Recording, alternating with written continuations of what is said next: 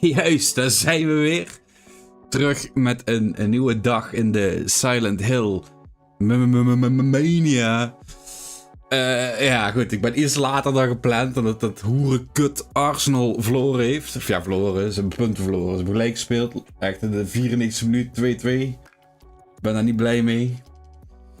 Vandaag gaan we Silent Hill 3 spelen. Wat naar mijn mening... Het is niet mijn favoriete. Maar ik denk wel dat het de beste game is, naar mijn mening.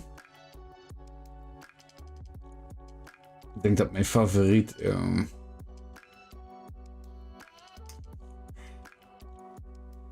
Als we het over verhaal hebben en zo, is het 4. Maar de tweede helft is gewoon zo kut met Eileen.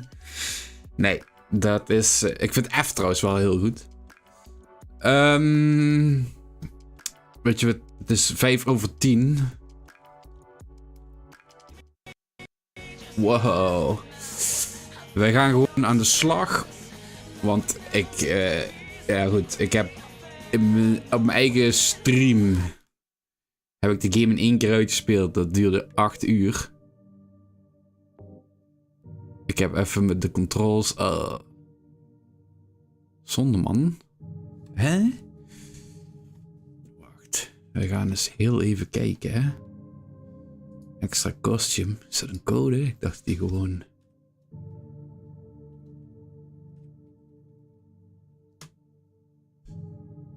Secrets.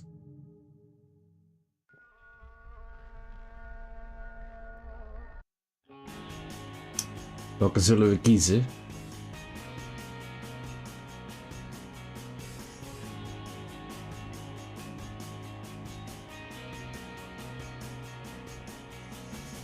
Nou, geen. Doe maar gewoon origineel. Oh, verkeerde knop. We gaan gewoon extra nieuw game. Normal.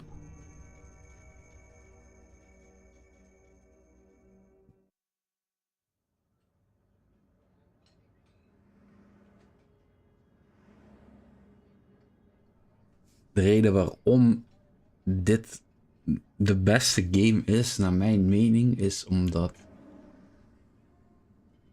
ik vind de enemy design in deze game het dikste. Bosses.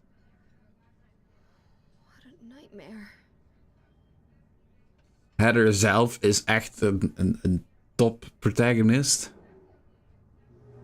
En de locaties, ik vind de amusement park vind ik kort maar krachtig, echt vet. Sowieso dat haunted house section. Het is een heel korte section, maar de eerste keer daar doorheen spelen was zo freaky. Shopping mall is oké. De construction site is op zich ook wel een goeie.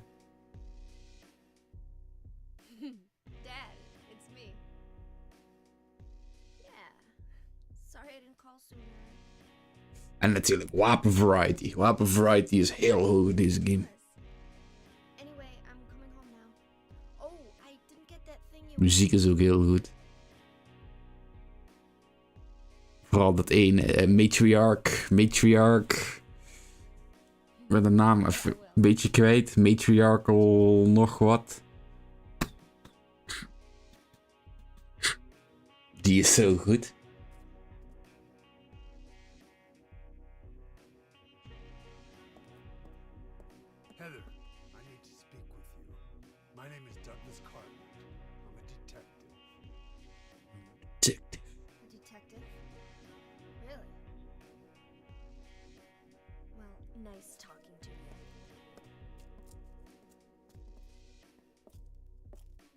Hold on. There's someone that wants to meet you. Just let me have an hour. No, half an hour of your time. My daddy always told me not to talk to strangers.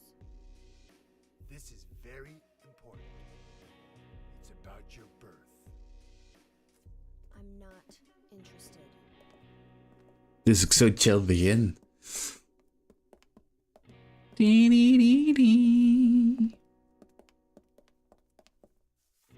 you still following me? Do I have to scream? Sorry. I'll wait here.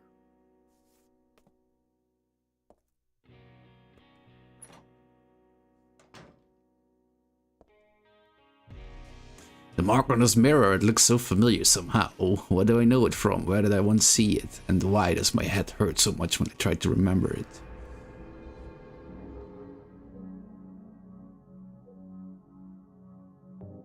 Deze we gewoon overriden.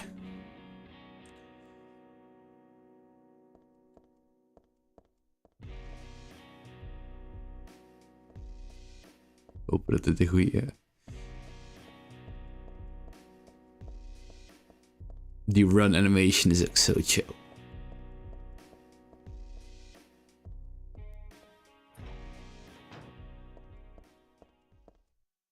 There's a lot of stuff posted up here, but nothing useful.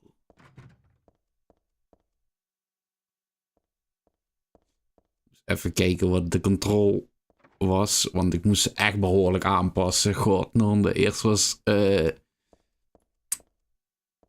de item menu was op mijn rechterstick en de map was op mijn linkerstick. Nee, de map was op X. Op X.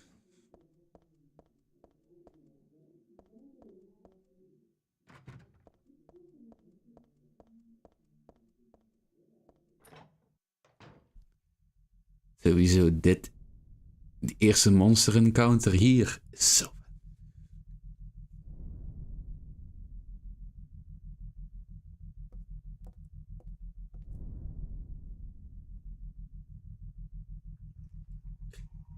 Wow.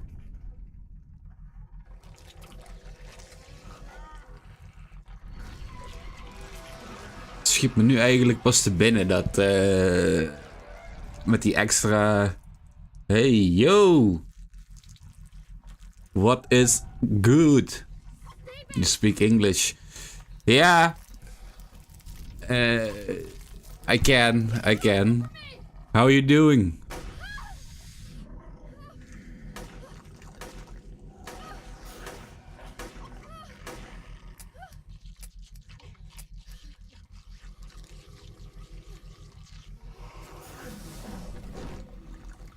Helemaal vergeten.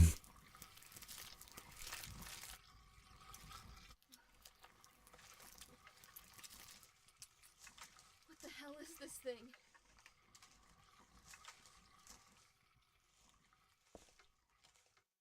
Definitely not human.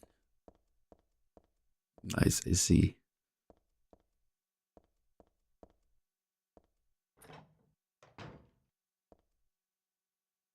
It's possible, like we are... I'm good, how are you? Ah! Just watch football and my team drew, so...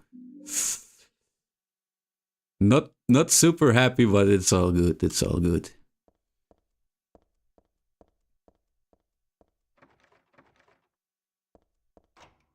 Just trying to get as far as possible. Oh.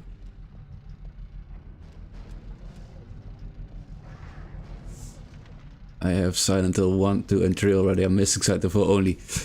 Silent Hill 4 is a criminally disrespected game. I think Silent Hill 4 has the coolest story. The most interesting characters. But the second half of the game can be a drag. It's definitely worth it. I think it's my favorite in story setup. Gameplay wise, it's okay, but the second half is really a drag. But I definitely recommend you to check it out. It's really good.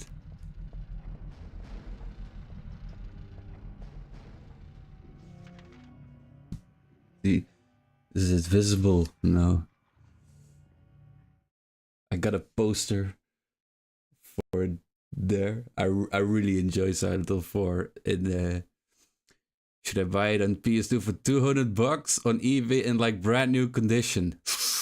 Ooh. I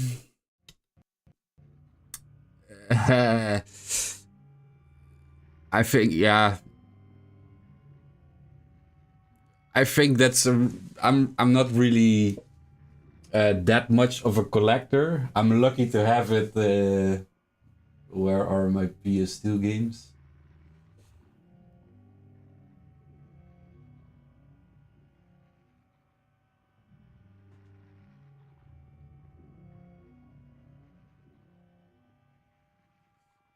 I'm lucky enough to still have it, but ooh. Oh yeah, I've played it, but I'm missing it in my Silent Hill collection. Oh yeah, I think for me personally, 200 I think is really a lot. Like unless you're really like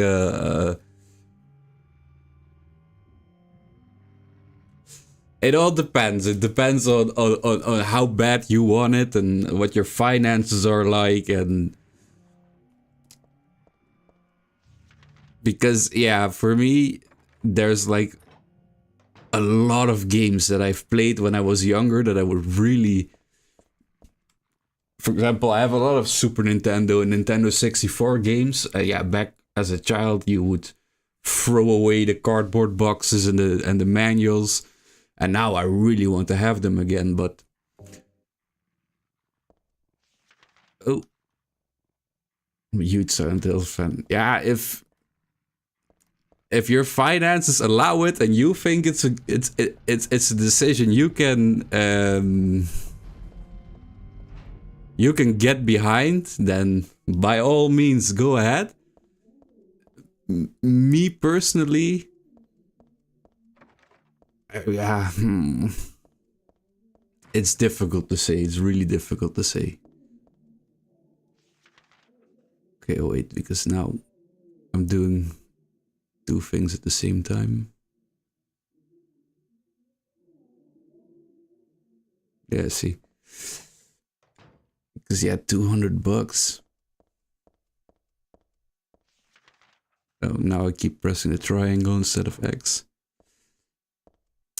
$200.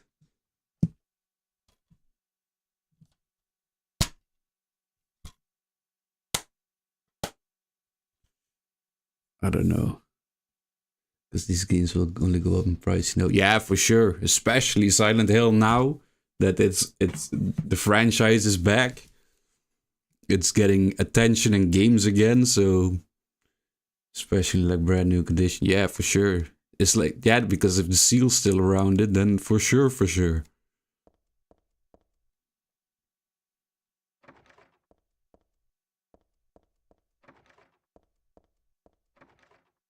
But I'm a really bad like investment collector, because when I buy something, I immediately want to open it and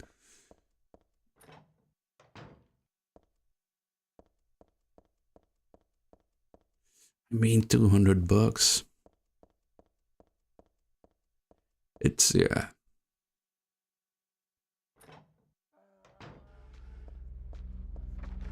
You would say that Walter is worth $200, right? Put this a little bit down because it's really loud.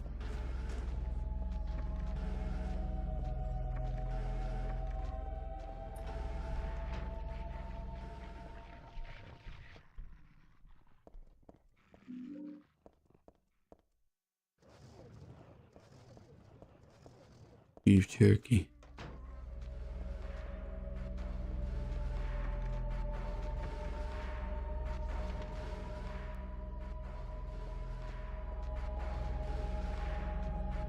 Silent Hill 4.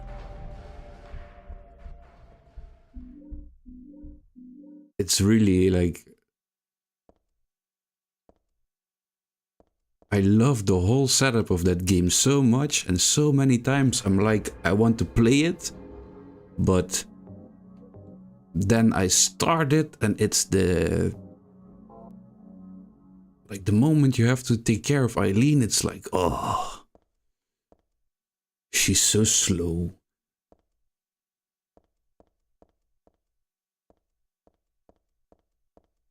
So slow.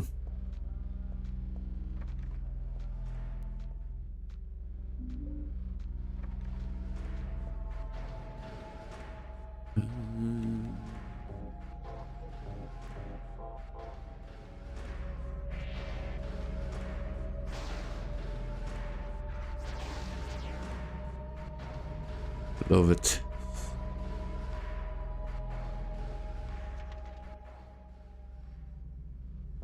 Missed one.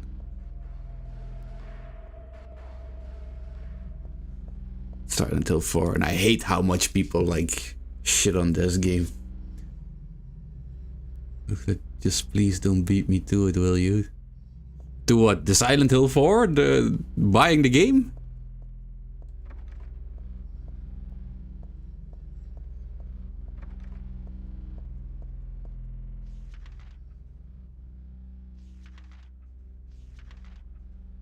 You have to get the clipper. The jack.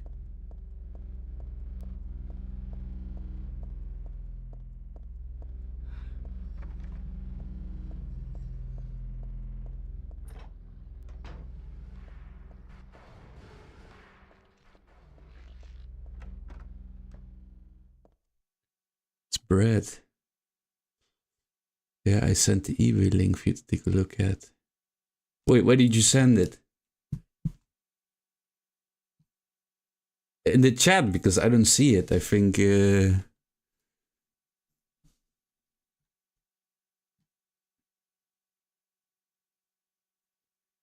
there's like a bot here or something taking it. Wait,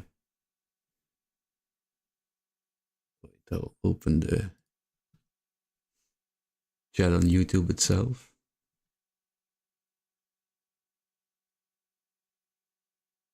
No, I think the link got auto deleted.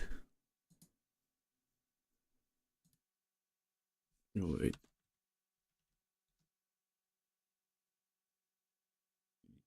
Yeah. The owner of this channel added the bots and stuff, so I don't know. What's the name of the seller?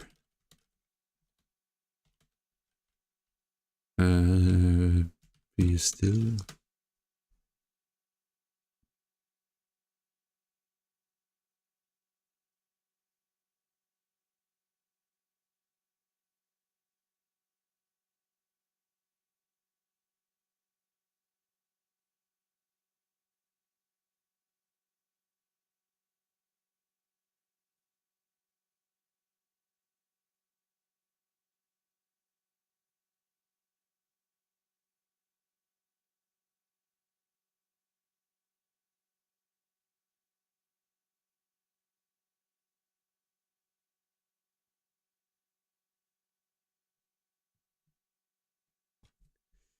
The American box art is so much better than the European box art. Rachel.exe.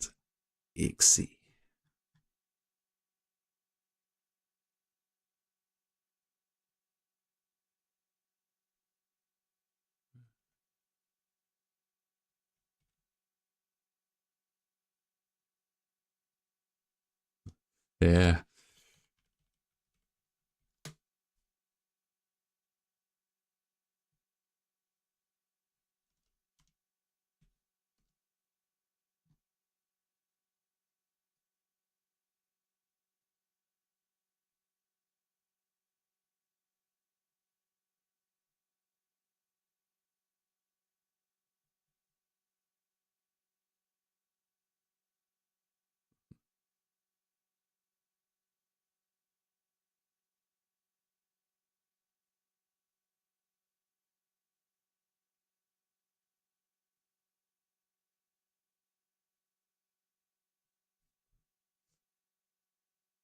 Can't really find it.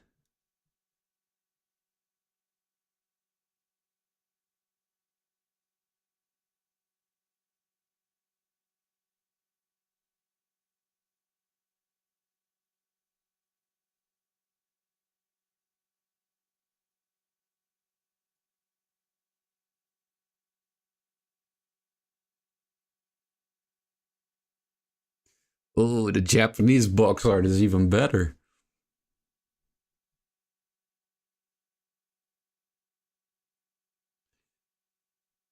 Yeah, Europe definitely got the worst one.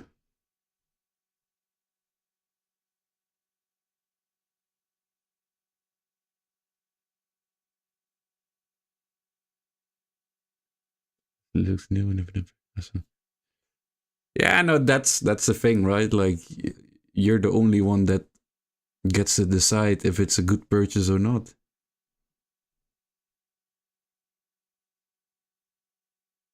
Which box art is it? Give a yeah, no worries. I try.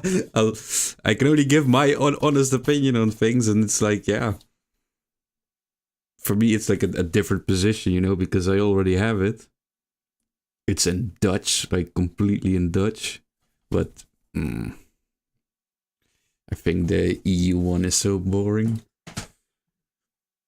Because now I see the Japanese one. I've never seen that one before. I think that one is the best. It's the USA version. The USA version is also really good. It's the same one I have on the poster there. I think the Japanese one is a little bit better, but the US one is also really cool. Like the European one, like it's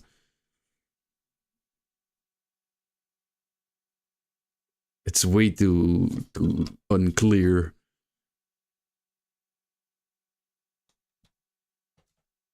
Crazy. It's the best one. Yeah, it's really good.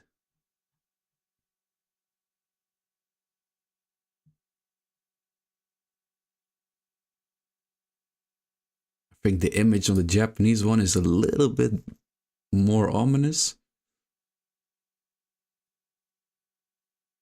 But still, there's people grading the games even. Certified 9.6.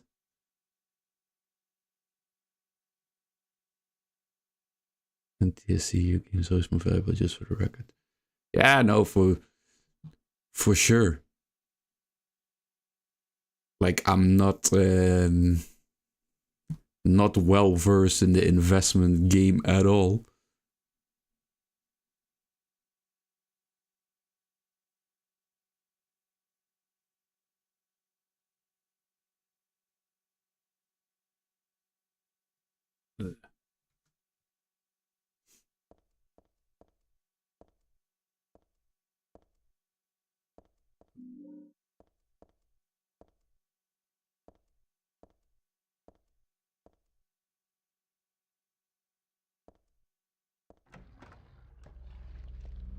But yeah, it's a shame. It's a shame because prices for certain games are so sky high now. Because I remember when I was back in high school, a long time ago, I also saw eBay listing for like one of my favorite Super Nintendo games, and it was really cheap back then. But yeah, I was still in high school, so I didn't have a job, no income, nothing. So I was like, yeah, one day I will buy it. And now it's like sky high. How's your English so good? Well, thank you. In the Netherlands, they start teaching English like really early. And also we're like a relatively small country. So we are very dependent on business with foreign countries.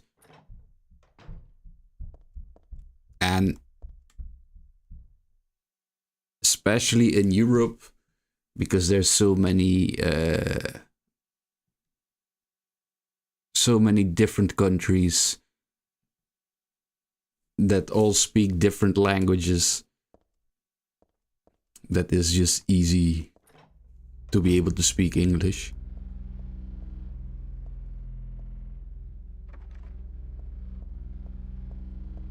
So I think they start here teaching English when you're 9 or 10 years old.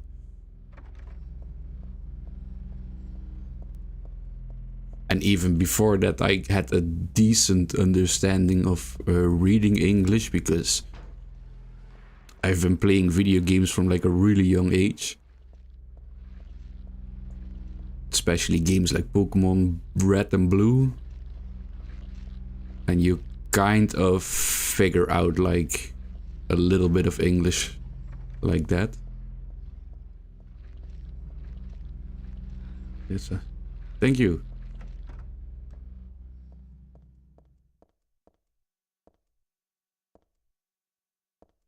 Thank you, thank you.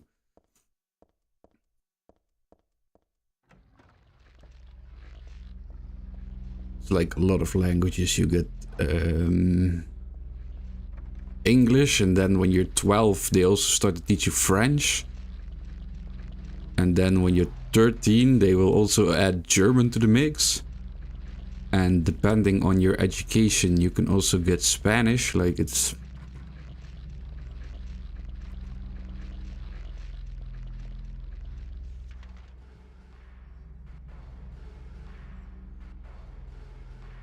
At some point you just... Personally, I don't believe games help you get fluent in English. Oh no, not at all, not fluent. But,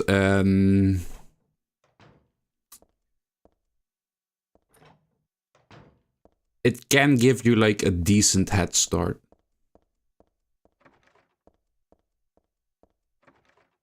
Because I don't know what age I was when Pokemon Red and Blue came out. I think 5 or 6 or something. So then when you play those games and you start like...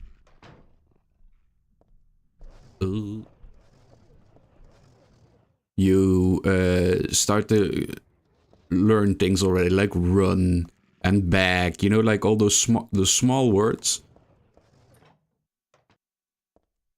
And for some reason, I don't know, it can help you maybe make connections more easily or something. Sure, it can help you understand something. Sure, but not the point. No, of course. It's just like small extras. In the same way, like taking the stairs often, it's not a replacement for it's not a replacement for exercise. Okay, wait.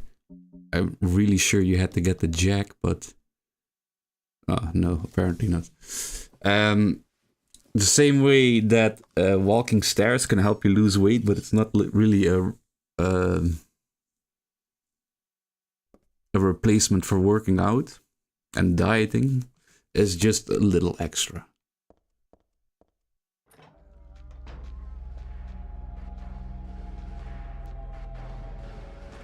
What's the key? What's the... My best sellers. The bookstore.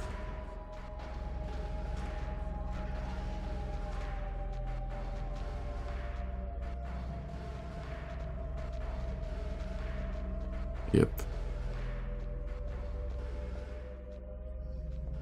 It's a nice and fun way to get kids to like understand some more English.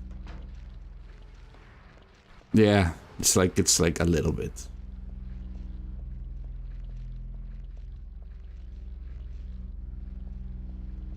Like for example, like when you're like 10 years old, that's like already a really big advantage you have. But then when you're like in high school, everyone's level of English is the same. Depending on what kind of games you play, because there are like, especially RPGs, they like to throw around a lot of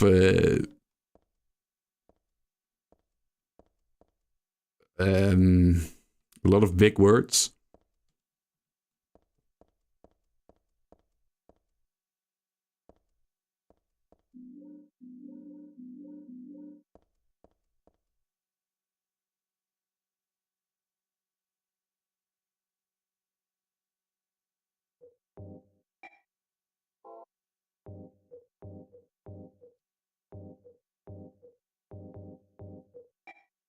No.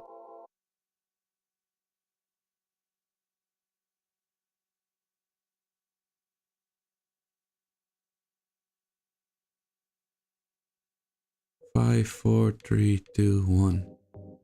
Oh, now it does.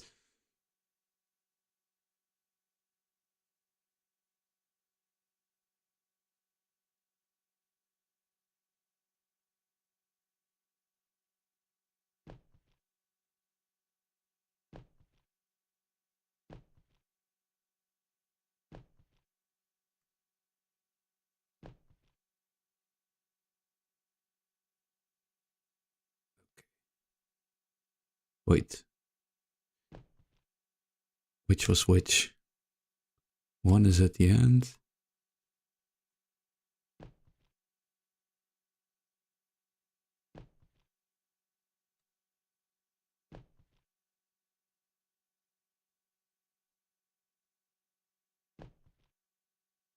Oh, you messed up. Crazy.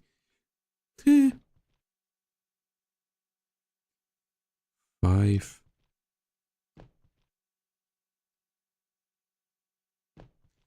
4309.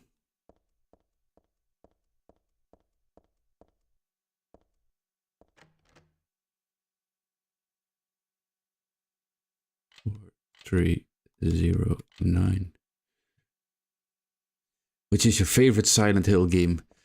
That's a funny question. Because I was talking about this when I was starting the stream in Dutch. I think, in my opinion, the third one is the best. This one. Like in general. But every game has like a different aspect that I really enjoy. Like, for example, what's your favorite? I would have to say, from a story perspective, it's 4. Like, I really enjoy the story and the setting of 4.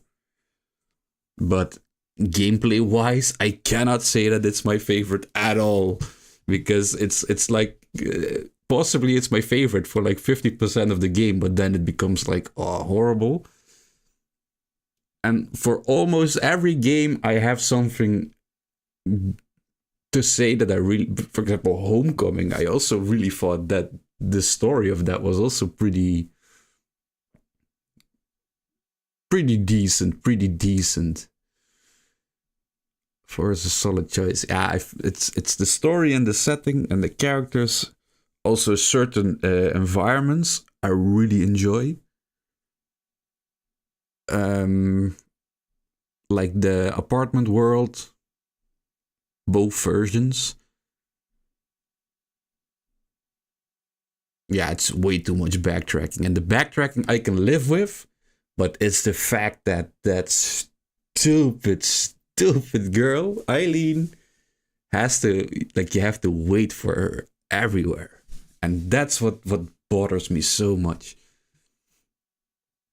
If it was like a situation where you could just tell her to, like, hey, stay here, and you could just move around, then Silent Hill 4 would have been easily my favorite one. But it's a tough one. It's a tough one. I also had to say that Silent Hill F I really enjoyed. But I still have to wait, because it's still in the honeymoon phase. I have to wait for a true verdict on where I place it. What's going on? Where is everybody? Those weird monsters?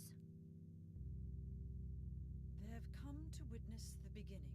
Yeah, and that's the worst part. That's the worst part, because Eileen is a really nice character. But the game basically What are you talking about? forces you to dislike her. You liked Silent Hill F? Yes, I really enjoyed Silent Hill F. It has its flaws. It has a lot of flaws. I am Claudia. But What? Remember me. especially the story beats, I really enjoyed them. That which you must become. Gameplay wise, it has a lot of flaws. Like, a lot of flaws. Blood-stained hands. The combat swap I can live with. But if you force a lot of enemies in small corridors where your weapons have collision everywhere, the camera zooms in on Hinako's back in the small corridors, so sometimes the enemy is obstructed and you can't even see. Silent Hill is worse in my opinion, no offense, character-wise, gameplay-wise, pretty much everything it does all wrong, but that's just me. Yeah, no, it's, hey, no worries, like, different strokes for different folks, right? Like I said, like, gameplay-wise, it has a lot of flaws. But I thought and yeah, also story-wise, it had a lot of flaws, because that first ending was a really bad ending to force on every first playthrough, because that ending leaves you with so many questions, so many it was so abrupt, it didn't make sense at all, and I can see a lot of people get turned off by that ending, so they won't even go for another ending. And that's in those playthroughs, that's where most of the story gets fleshed out. So I think that was a big mistake on their part. They could have easily put a lot more info in the first playthrough that makes it like more it gives players more incentive to finish another run, to see another ending. The Dark Shrine is also, it's not really, at some point it just becomes too much Dark Shrine, not enough real world. Like, I think the Dark Shrine really overstayed its purpose. Because like the first few sections, like the school and the house, I thought those were really good, really good. I think the game definitely could have used another overworld section.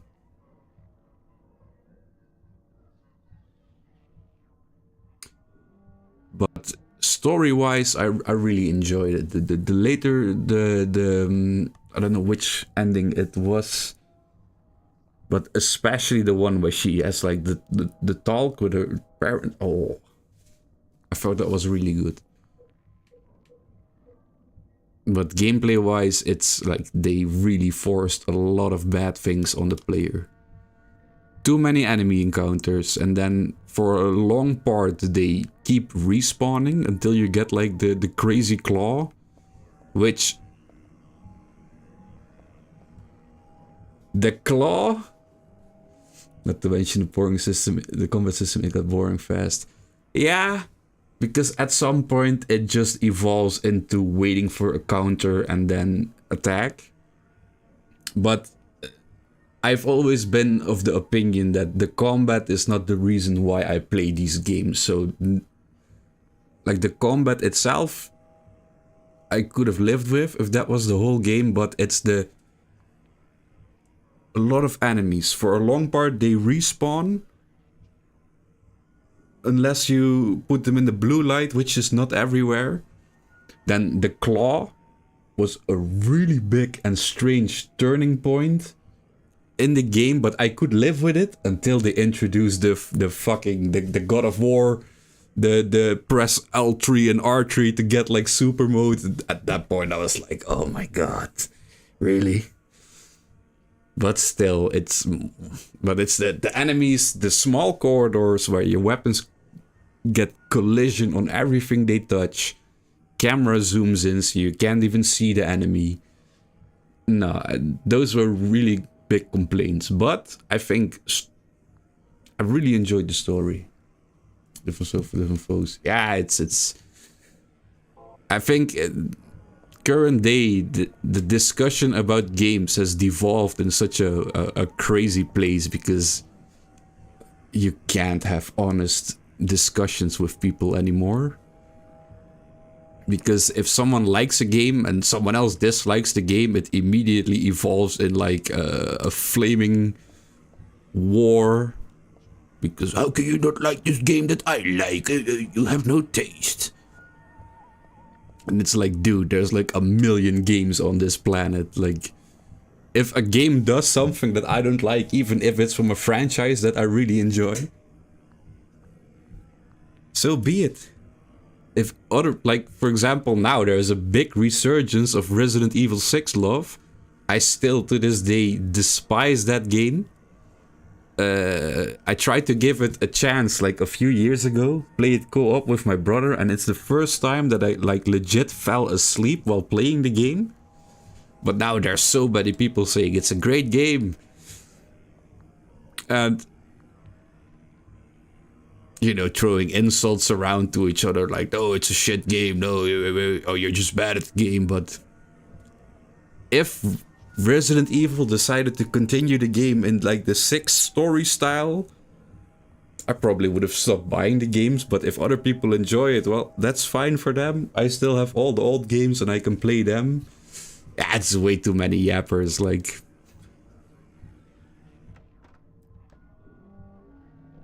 it's okay, you can discuss with people if they, like...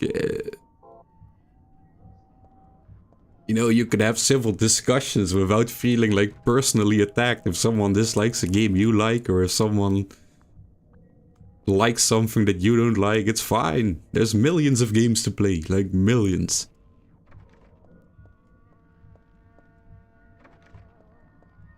And sometimes it also helps to discuss with people, because if you...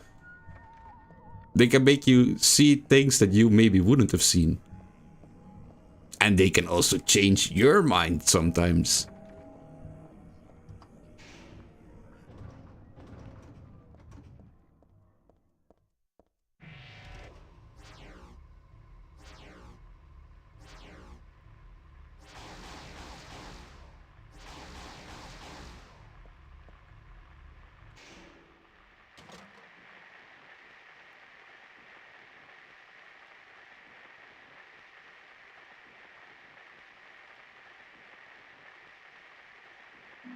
Especially the discourse around Silent Hill F has been like really... it's been crazy to see.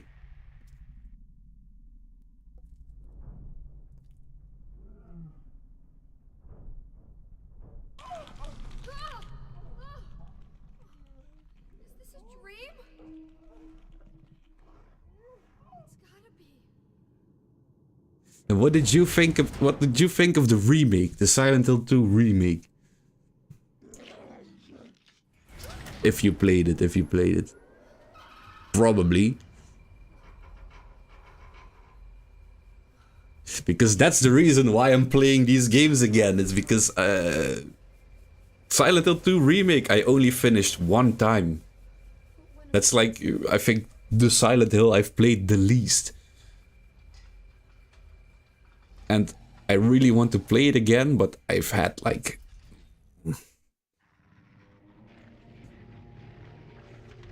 wait, the wrong button.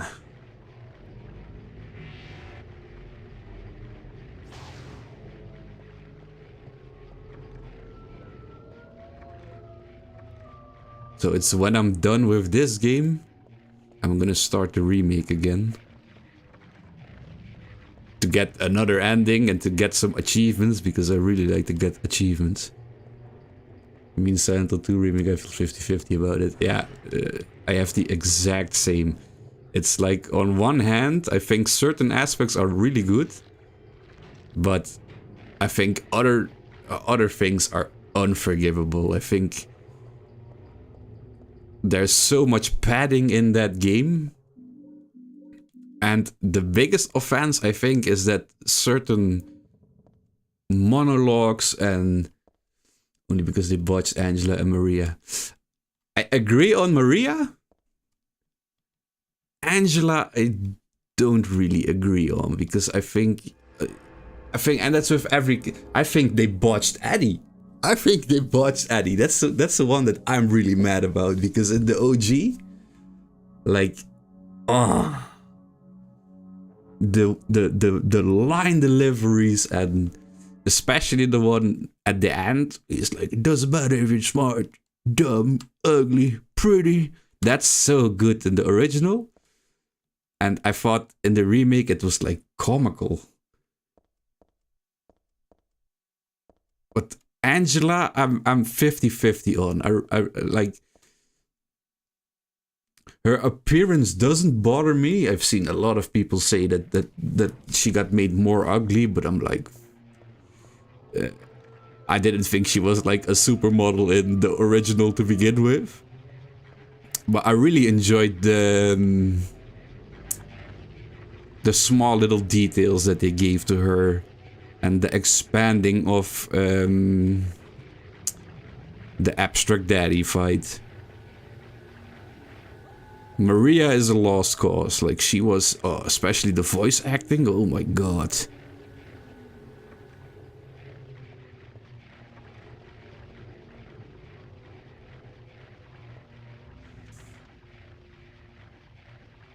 And he looks like a psycho now. Yeah, I don't know. I think he was more like in the original. It looked like something that really. I think it's too much in the remake, you know. And also the accent is really crazy. It's almost comical. Angela looks straight up cringe, like they tried hard to make her ugly. Yeah, I don't know. Because to me, it's like, you know, when I compared it to, like, I think she's a little bit more chubby. But I don't know. I always have seen Angela like a tragic character, so I don't really. I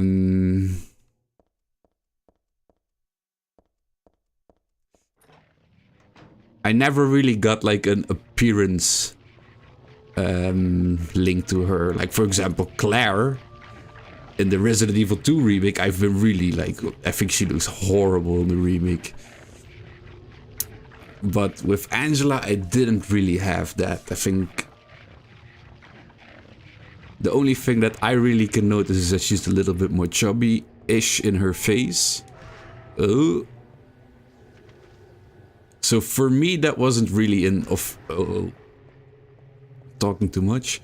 For me, that wasn't really as big as an offense as how they butchered Maria. Because, like, I don't know what her VA did, but that was really bad. And same with Eddie. Like, I think they took away a lot of his character. Wait, I'll finish my thought and then I have to log in again. No, I think Eddie, and that's also soundtrack related, because like, doesn't James also punch him before they have, because they skip the one fight in the small room, in the freezer room, and then he punches him in the face and immediately goes to like the meat sack room. I also thought that was really cringe. Like she was never a supermodel. She never looked cringe, just like an average looking girl. Yeah. And yeah, maybe it's because we're from different parts of the world, but to me she still looks like an average looking girl, you know? It's like, or maybe I just don't go out that much or something. It's like people have different experiences based on like the place where they live. Maybe I just live in a place with a lot of ugly girls, you know. So they look average to me, I don't know. But yeah, I think no, I don't really have a problem with Angela. For me it's Eddie. For me it's Eddie I really have a problem with. And Maria, yeah, she just, I don't know. I also have a problem with certain aspects of the dialogue of James being cut. Like, especially the one after he kills Eddie, where he's like, I killed a human being. A human being. That one was so good, and they just took it. They replaced it with him staring at his hands, and because I knew before the remake got out, like, it's gonna be such a different experience because you already know, like, you know all the twists, you know everything that's coming. So I really try to, like, take note of the things that allude to what happened and see if for a first-time player the twist would be, like, foreshadowed a bit. But in the remake there's so little stuff that foreshadows what happened. No, it was the death, but that is okay. Yeah, they sensed it. Yeah. Ah, they had to... What was the term? They had to... remake it for modern audiences. I thought that was a really strange thing to say.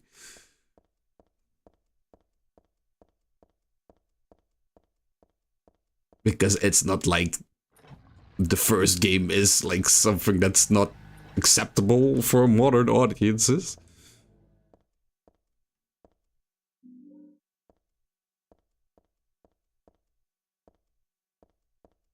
But yeah, they did, yeah.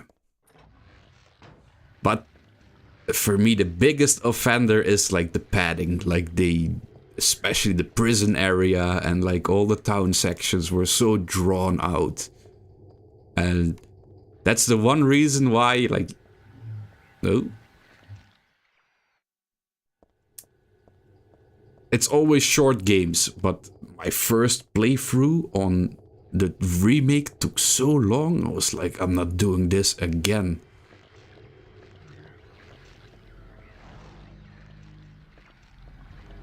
So that's why now I'm like, okay, I'm rewarding myself with the games I like.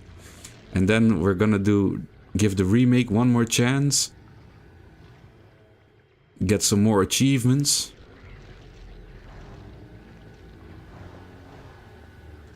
And who knows, maybe I'll enjoy it a bit more now, but...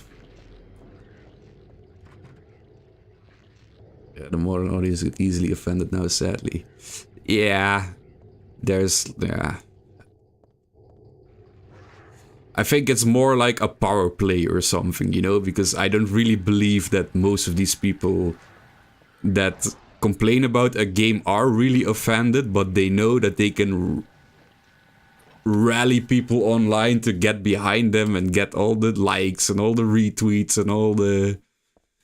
I think it's more like a display of power, you know, like, yeah. Grovel at my feet. Do as I want. And I think that's a shame, because as long as what you're creating is not illegal, why would you listen to what some people on the internet say, you know?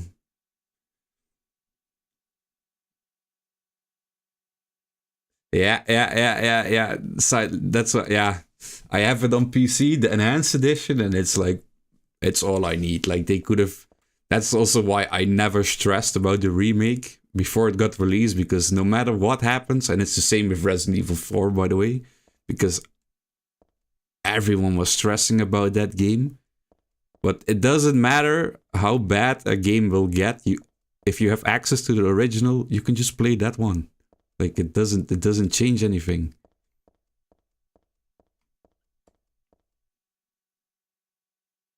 True, like, who's even the modern audience? For certain, it's not... Because the issue with Silent Hill is that... if you look at the sales numbers, and also, like, back in the day, it was always like a niche franchise, you know? It's not like the Resident Evil got, like, all the sales and they just kept going with the games. Silent Hill was, like, really niche. And I don't know, all of a sudden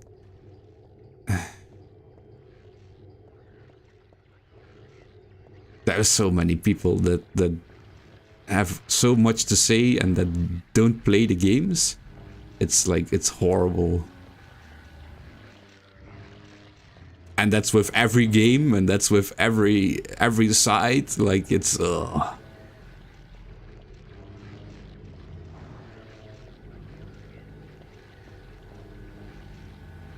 It's the same with Silent Hill F. Like, I've seen so many people say like things like it's a, what was it? Anti-marriage simulator, and I'm like, dude, that's not what's said in the game at all.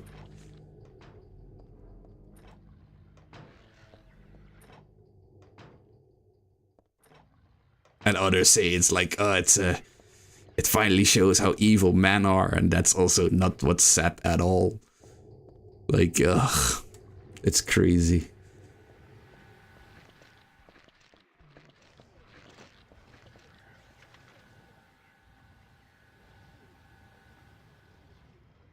Okay, wait. I need the what's it?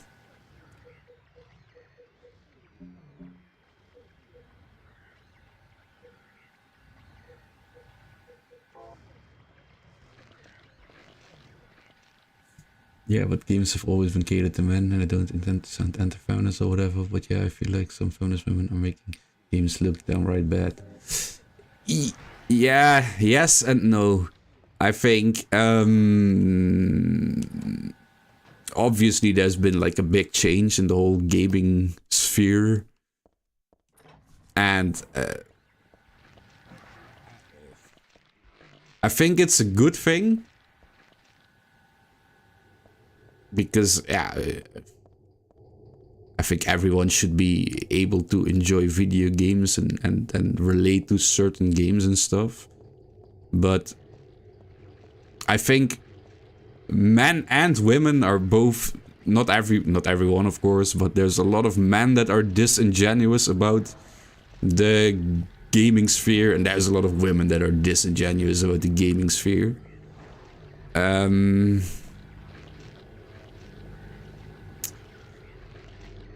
But again, that's like a, yeah, wait, because I'm talking way too much.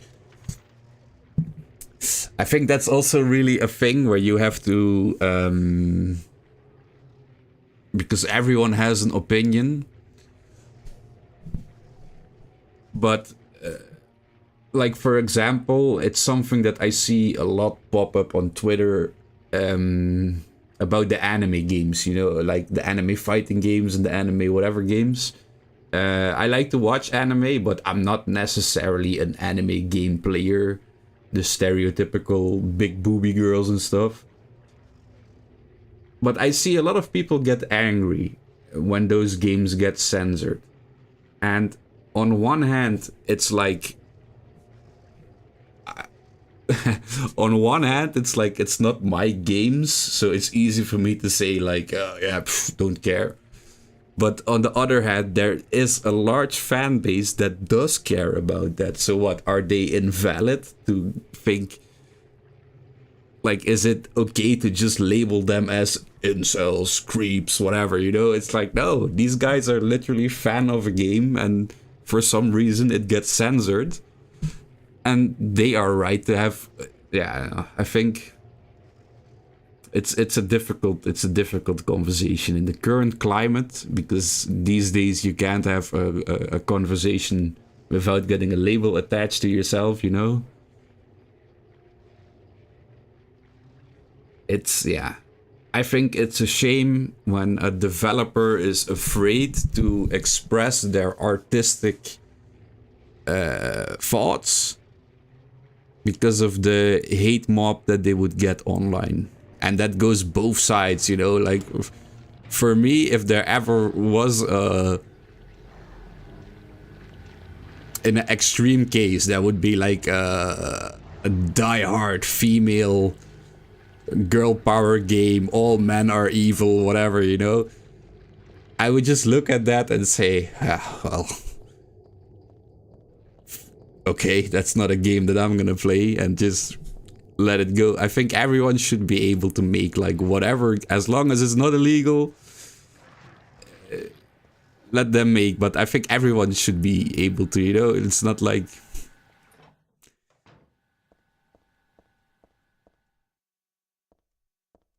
because the chances are, like, if I don't agree with a game or a game doesn't look interesting to me, I'm not gonna play it. So why would I, you know, voice my opinion online, like, oh my god, look at this game, this is so not...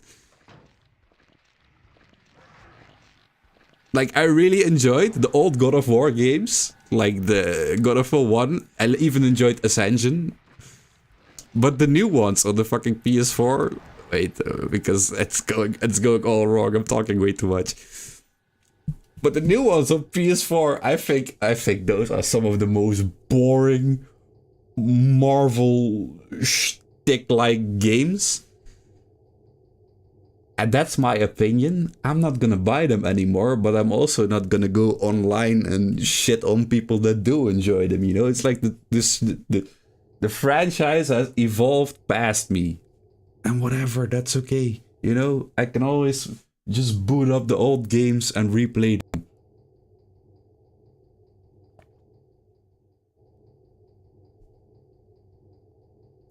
Yeah, I don't know. This is a controversial topic, but I wish fewer women were hired in the gaming industry, or at least hire women who are anti-feminist, lol.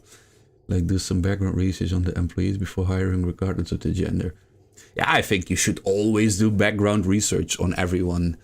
I wouldn't agree with the hire less women, because, yeah, I don't really think that...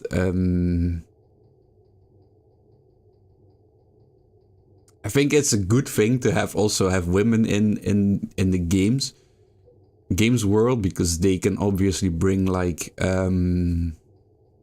new perspectives. Like if you get, obviously a man doesn't know what it's like to live as a woman, so I think you can get less interesting stories if you let men create women stories. But I think the biggest issue is the fact that the executives, obviously all they care about is money, and all they see is this doesn't do well online, so let's not do this. I think a creator, like a story writer, a director, should be able to do their vision in any way they want without some executive getting all up in their neck, like, hey, but this will impact our sales. This will impact our sales. I think that's the biggest issue.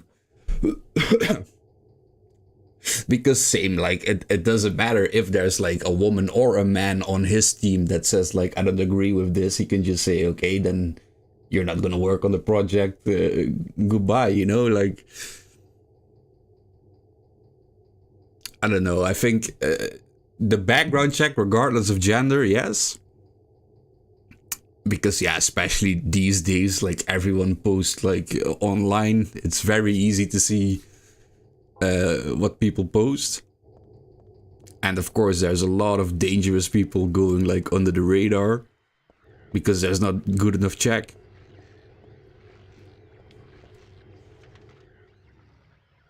But, like,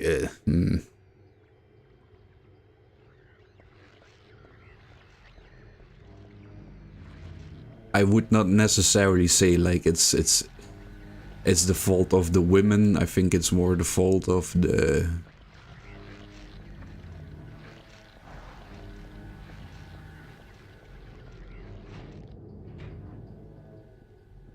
fault of the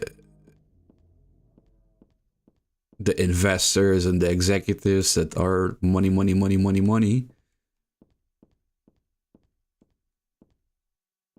Because you see it everywhere. You see it at Sony, you know, like they see all the... Oh, yeah. They see all the... what's the... All the free-to-play games. And they're like, oh, we also have to get in on this. And then they all make these games as a service games. And then they all get cancelled. And it's like...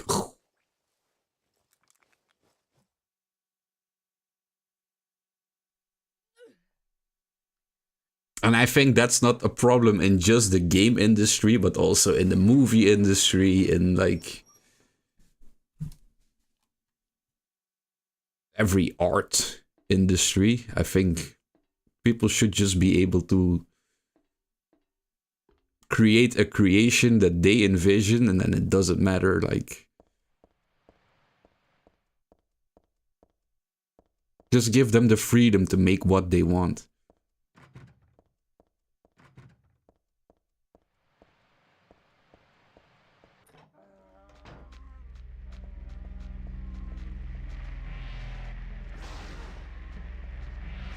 Because, yeah, Lord knows how many games there are.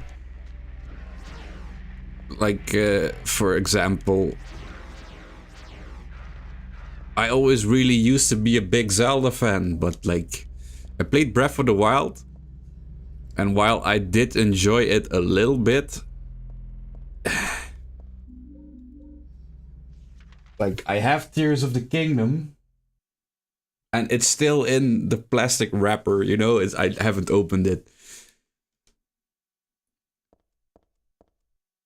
And then, yeah, for me, it's easy to, you know, like, become a giant hater online and just start shouting, this game sucks, this game sucks. But it's just not for me. But apparently this is what the director envisioned. So I'm happy that they made it the way they want to make it, you know? Like, not everything has to be for you, you know? You're not gonna like every movie, you're not gonna like every game. And I think personally that's fine, you know? It's like, the gaming industry is so huge now that every game you like, there's always someone that enjoys a game. Like, every game has at least one fan, you know?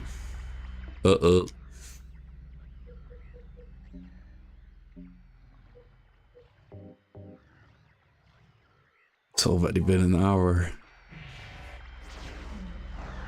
It's 3 hits.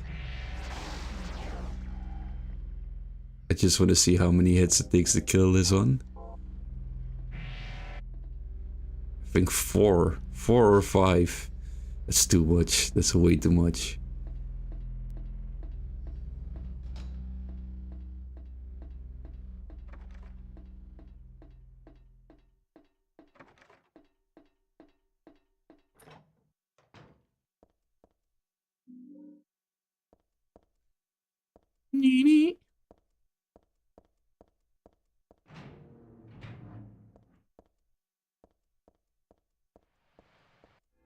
Okay, that's good. Because that means that I'm gonna take a quick little smoke break.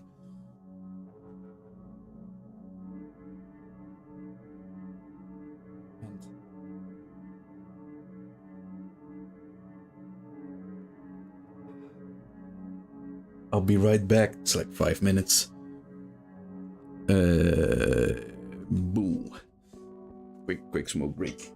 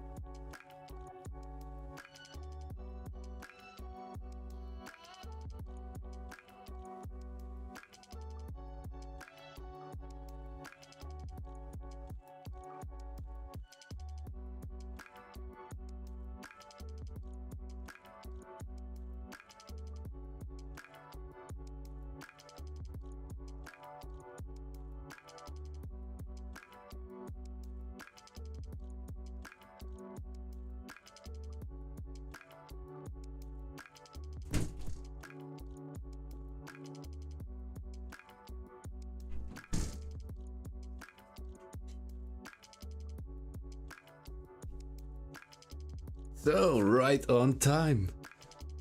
There's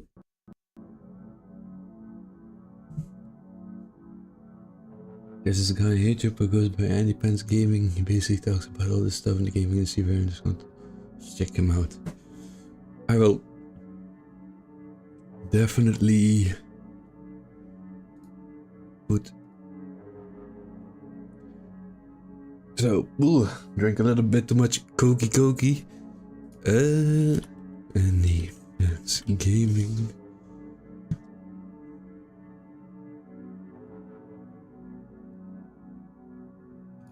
Okay. I always have YouTube Premium, so I always put like YouTube on my TV when I go to sleep. So I'll definitely put some videos on, well, maybe video at least one tonight. Let's see what he has to say. Yeah, the gaming industry, it's a weird place. Not just the gaming industry, but like the whole industry as a whole, you know, Twitch too. Like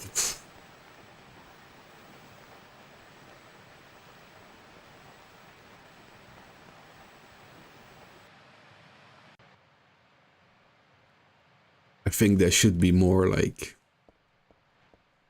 a lot more freedom, I think.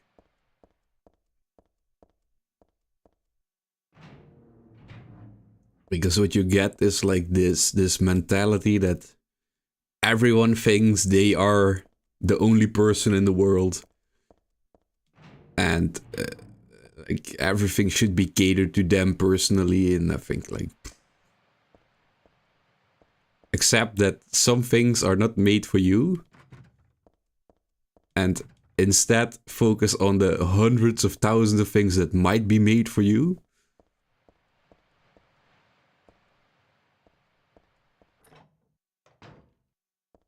And just, yeah.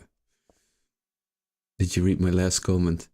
The one about Andy Pants Gaming.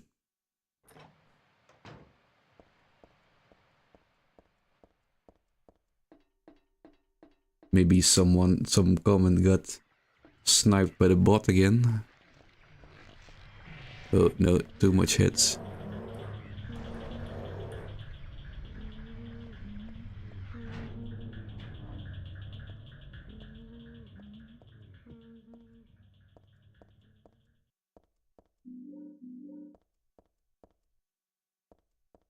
Is this not what it, yeah. I was gonna say what a dog is. What's this barbecue dog? Who the hell would make something like this? Furthermore, who the hell would eat it? There's something in the dog's stomach. It's a cooked key.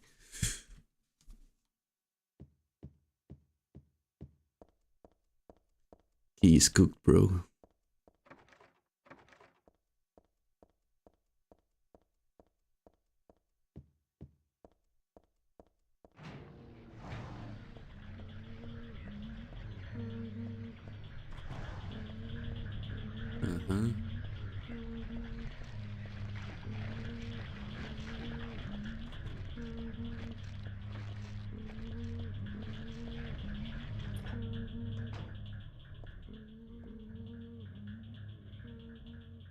Hey, I'm sorry, man. I didn't mean to annoy you. Probably went too far. Huh? Wait, what? What's going on?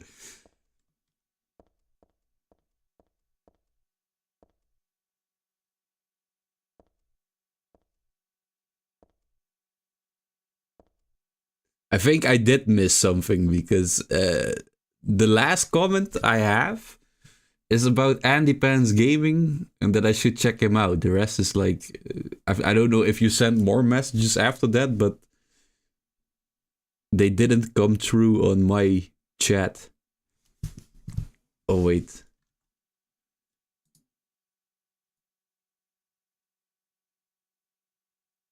No, even in the live chat.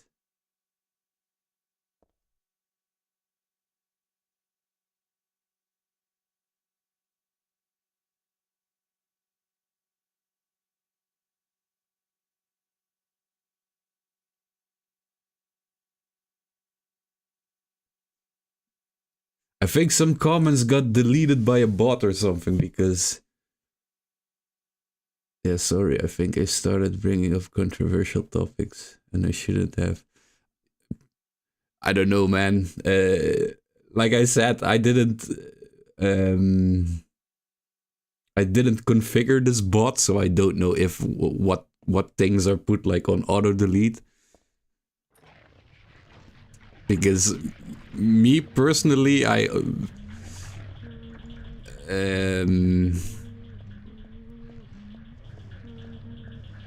can discuss like anything really.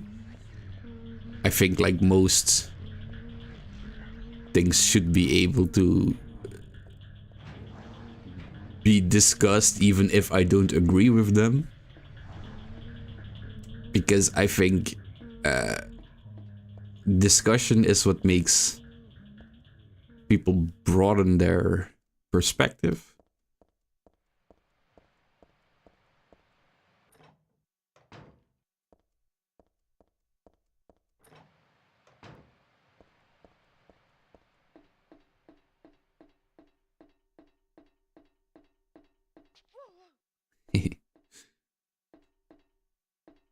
So I don't know if the bot auto nuked something.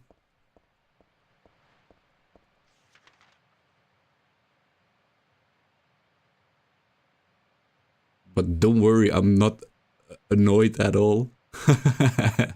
It's very difficult to annoy me. It's like you really have to put in your AAA game to like get me to feel annoyed. You know, I have like really thick skin.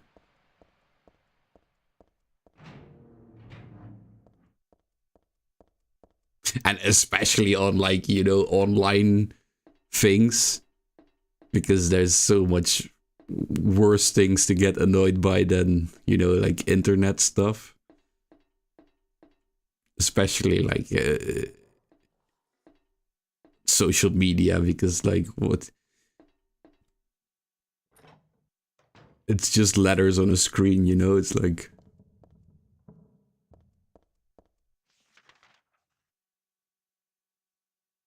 Keep missing those two doors.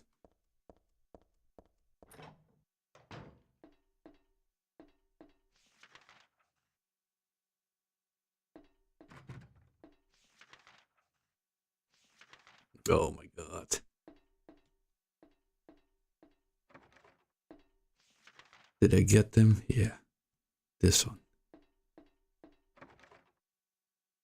I just happen to love games and it makes me mad when I see my favorite games getting botched, that's all. Yeah, that's valid. That's valid. Like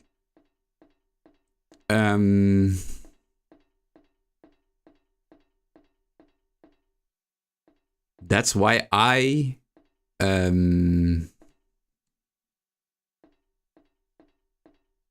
always cherish the games that I have, because nothing lasts forever, you know? It's like every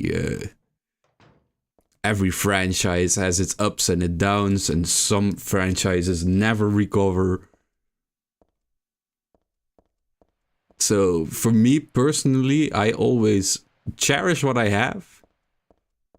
And then, yeah, for example, because, yeah, like I said, I used to be a huge Zelda fan. Like, Zelda used to be my life growing up. Resident Evil, Silent Hill 2. What else? Final Fantasy to a certain extent.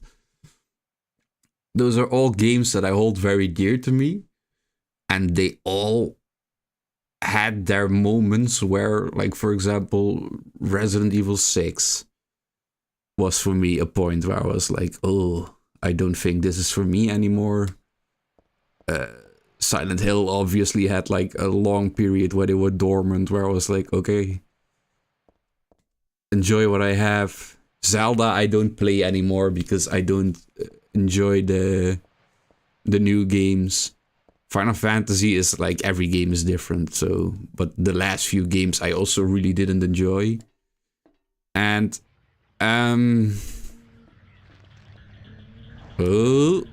back when I was younger, I would be really passionate about it and also be like very it would also make me very angry. But I don't know. I've now just come at a point in my life where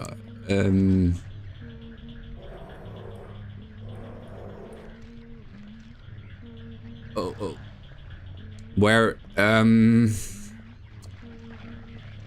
I have so much more things to get mad about and, you know, stress about and stuff. So for me, it just helps to look at every game like, okay, this is the product I have. This is what I enjoy. This might be the last time I get to enjoy this. But whatever happens, I'll always have this game. Resident Evil is still gold though, except for 7 and 8.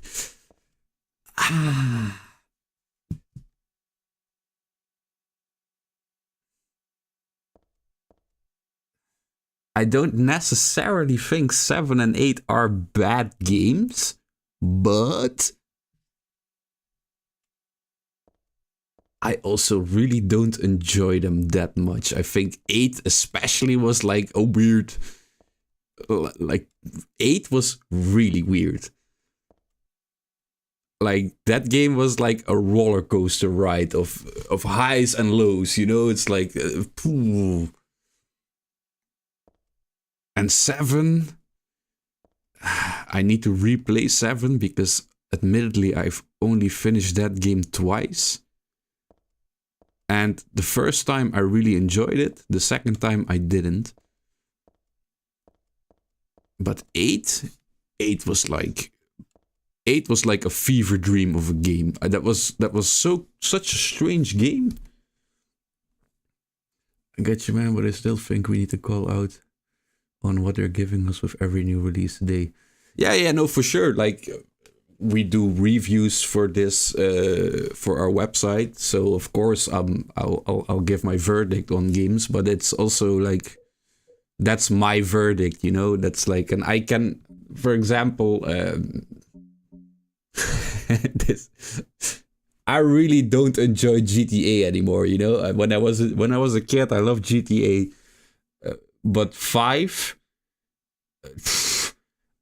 I just hate GTA 5. Like, I can't get into it. But that doesn't mean, like, I'm in such a minority with that one that it's like, at some point I need to have, like, you know, self-reflection and just decide, okay, it's just not for me. It's not that all these millions of people playing this game have the wrong opinion. It's just not for me, you know. So it's like when you really enjoy like a niche franchise with like a couple of thousand dedicated fans, and then there's a game you don't enjoy aspects. I'm like, yeah, sure, credit. But I think if the majority of people do like it, you can still voice your dislikes of the game. But I think you also should not like let it dictate your life, you know, because it's like things evolve. Like, if nobody speaks out, they will continue giving us garbage. Yeah, or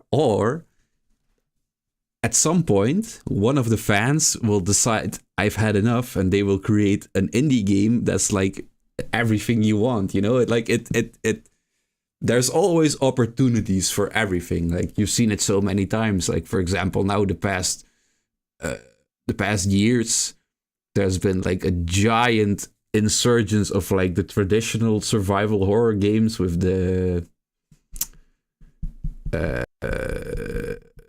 I can't the words, it's I have it in Dutch, but with the static camera angles and the, so there's always opportunities, you know. Like, if there's like a lot of bad games coming out, there's gonna be a point where a fan is like, okay, if they don't do it, I'll do it. And then they come out with a banger, and then that starts to grow. And it gathers a big audience, and that makes a change in the gaming industry because they see, oh, it's the same with Silent Hill, you know, like they saw all the money that the Resident Evil remakes brought in, and they were like, oh shit, we also have to do this. And then they give us Silent Hill 2, which is like, it's not a bad game, but it's also not a super good game, but at least it's a playable game, you know? Yeah, 5 is a decent GTA, but not as good as the previous entry. But then again, GTA 5 isn't a woke game. Probably is a weaker entry compared to the old GTAs, but still not woke. Yeah, it's just like open world games. I just grew out of them, I think, you know, because it's the same with not necessarily like the GTA games, but also like The Witcher 3 and like Elden Ring I kind of liked, but even then I was like, oh, open world.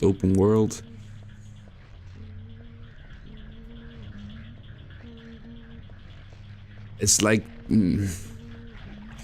sometimes you just grow in another direction than a franchise you really enjoy. That's also the reason why I don't enjoy the Zelda games anymore, because I don't want this, you know, oh, let's get Zelda and make it Skyrim. No, I just want my set order of dungeons, give me the items in there, and... But a lot of people still fuck with Zelda, so who am I to say, like, this is not what you should do, like... I will always have my old games to replay.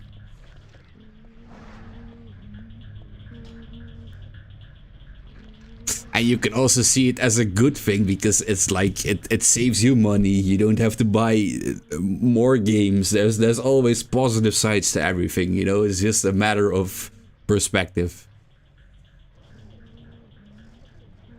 Yeah, no, I don't worry about it at all, you know. It's like different strokes for different folks, and it's not mine.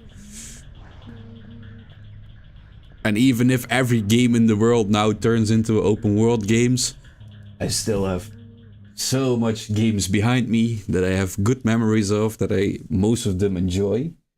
Most of them. And I can always replay those. There's always options, you know. There's 24 hours in every day, and you'll always find a way to fill those hours.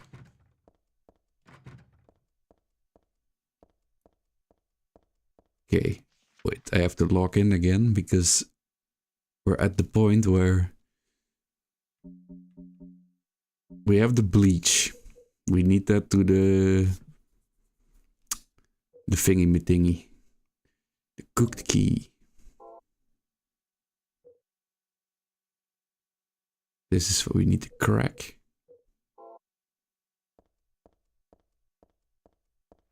The cooked key.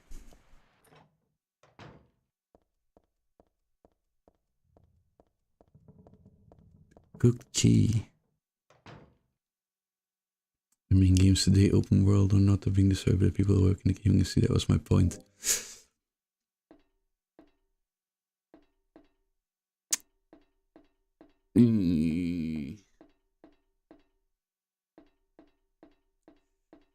Yeah, it's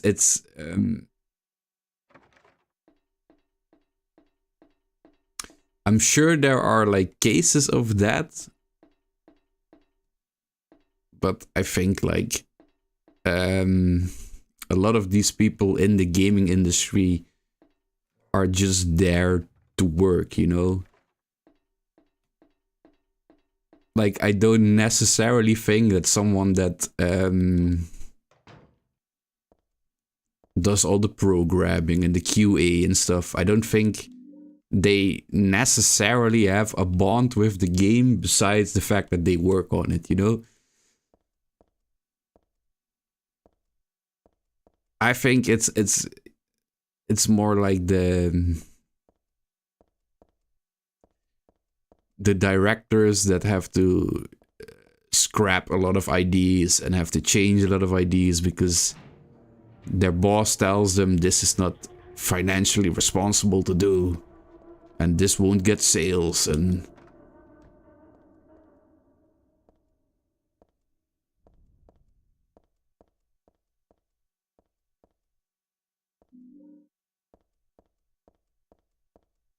I think that's like the big boogeyman.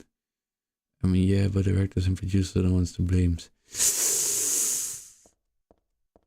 Yeah, of course, there are bad apples. But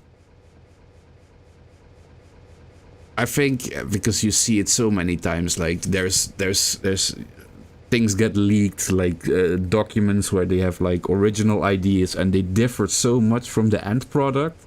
And you obviously don't know for sure, but my instinct tells me that if you have these ideas and they're not in the full game because they had to get scrapped, to me that's telling me like, okay, that's the board telling you, okay, no, this is not possible. Or maybe it's like technical limitations.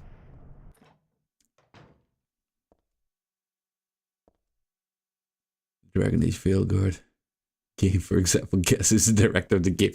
Yeah, okay, but I think BioWare, the BioWare of today is not the BioWare of the past anymore.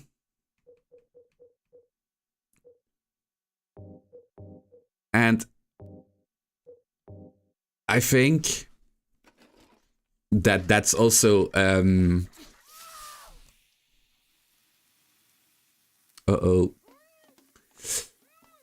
let's be real. Yeah, no, but like I never really been a Dragon Age fan, so I also don't know. I was a Mass Effect fan, and the what was it, the Andromeda game I disliked, so I'm not gonna buy the next one too. But it flopped within the first week of release. Yeah, but yeah, I think they just overplayed their hand. You know, they were like, okay, it's hip and trendy to do this, so let's put this in the game. And it's, at least that's all I know from the Veilguard, is like the what was it? A scene where they were like explaining their pronouns or something like that. And I'm like, come on, guys. And I think, yeah, they just banked on, oh, this will totally be hip, you know, if we put this in the game. And it totally backfired on them.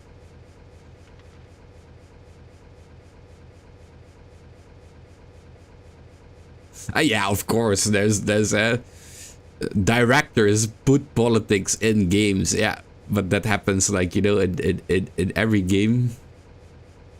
And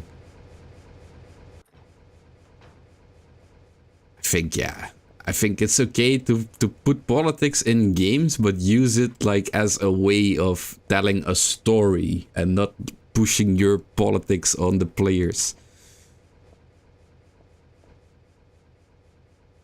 No, it was not the director. It's a transgender man with a bunch of crazy stuff down his sleeve, and he tried to push his ideology in the game. Yeah, and that's what I don't like. I think it's perfectly fine to put politics you believe in the game, but use it in a way where it enhances the story. Use it in a way to tell the story. Like, BioShock is one of my favorite games, and that game has very anti-capitalism motifs to the game. And it's possible that those writers are like diehard communists or whatever. But the motif is what tells the story, you know, and that's, I can get behind that, and they can be as anti-capitalist as they want. I don't give a crap, because the story is good, you know, it's written good, it doesn't feel like it's shoehorned in the game just to make the player be like, wow, capitalism is so bad.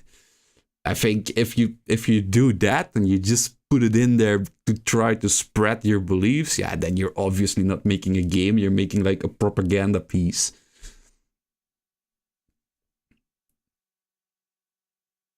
Like, it's okay if you're into that kind of stuff, but keep it to yourself when it comes to business. No, it's not okay because nobody cares about that, and we shouldn't know what you're into. Like, who cares? We just want good games. Yeah, for true.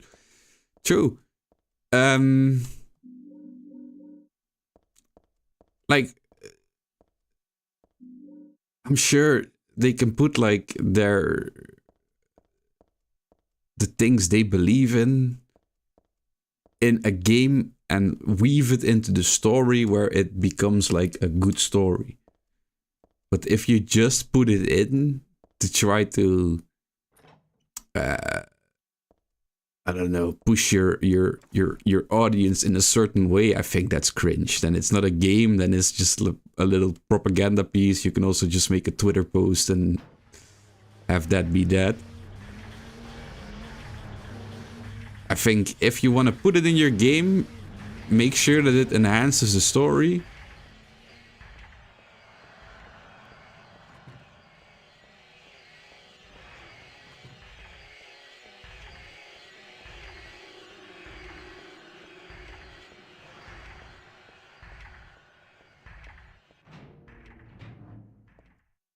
Because, yeah, for example, the Silent Hill games have a lot of feministic beliefs in these games.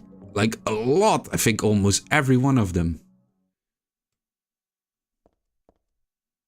But no one cares because it's used to make the game, like, enhance the story, enhance the experience, and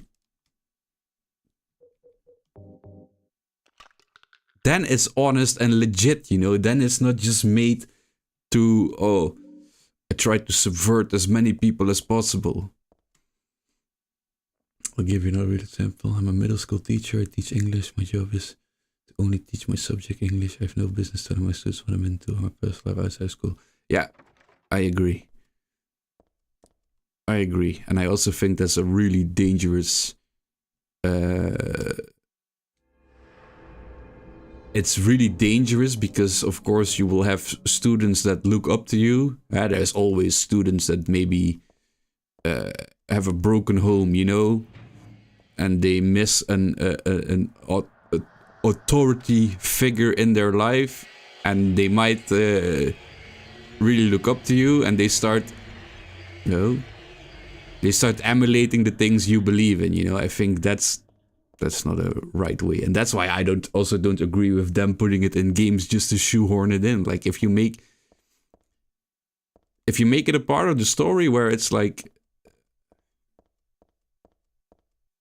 where it's honest and legit written in the story, then it doesn't matter what the subject is, you know. But don't make it this big brouhaha. They might be curious, sure, but I'll never be open about it. Unprofessional. Yeah, it's unprofessional, it's dangerous, it's like, there's so many...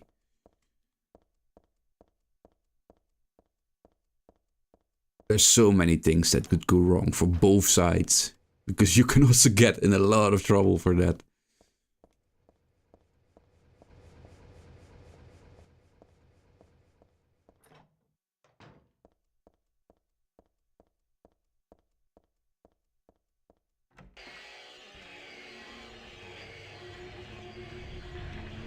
Oh wait, I have to go back to the door. There. Oh.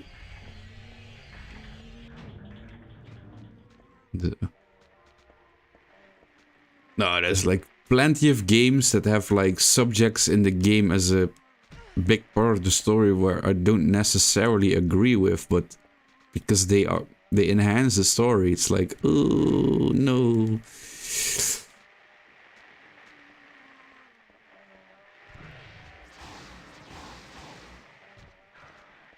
Come on, move.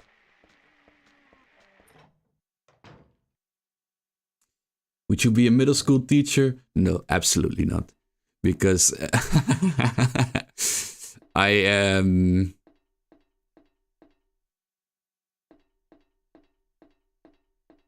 yeah, I think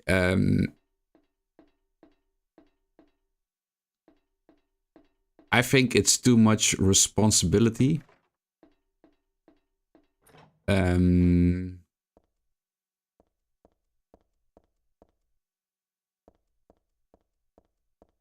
Because, for example, I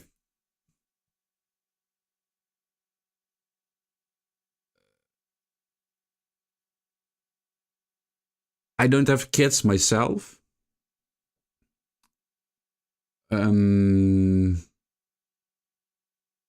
So that's why, for example, if we are, when I was with my wife's family,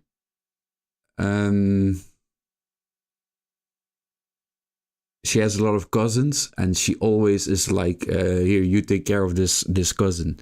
But I think that's really difficult because it's not my child, you know. It's like I now have the responsibility of someone else's child, and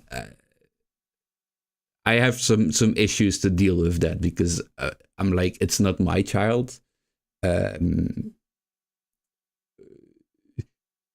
Like, I think children are really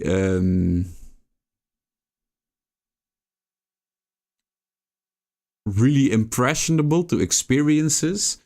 So, like, I'm a big thinker, you know. So, for example, I also believe sometimes that, like, for example, if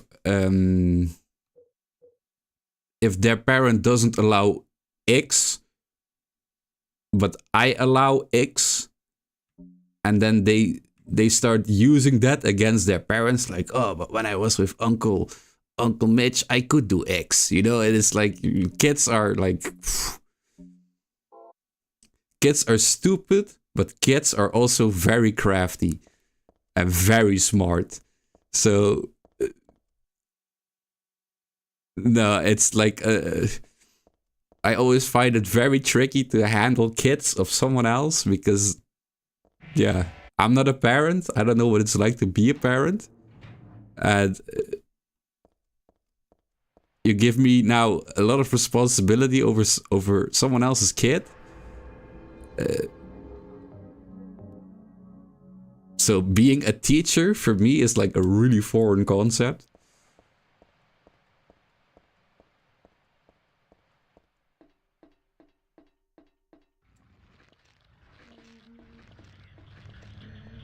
And especially because, like, in my own family, like, all my cousins, they're all like adult age. So it's been a long time since I've been around children, and now all of a sudden, oh, like, my wife has a big family, so all the time it's like, you take care of him, you take care of her.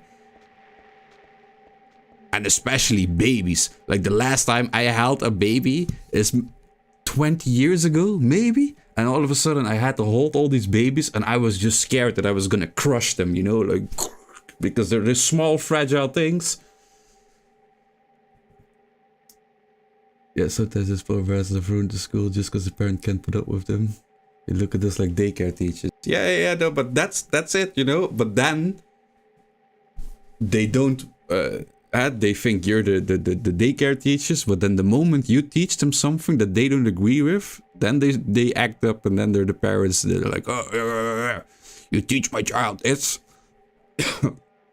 I think it's a really, like, that's why I don't... I think handling someone else's children is a big responsibility. And that's something that I not willingly sign up for. It is the fact that it's my wife's family, you know, so of course I care for them. But in those situations also, I usually just let my wife take be like, okay, it's like, you, if you say it's okay, because that you can fight with your family if they don't agree with it. But I'm not gonna, oh.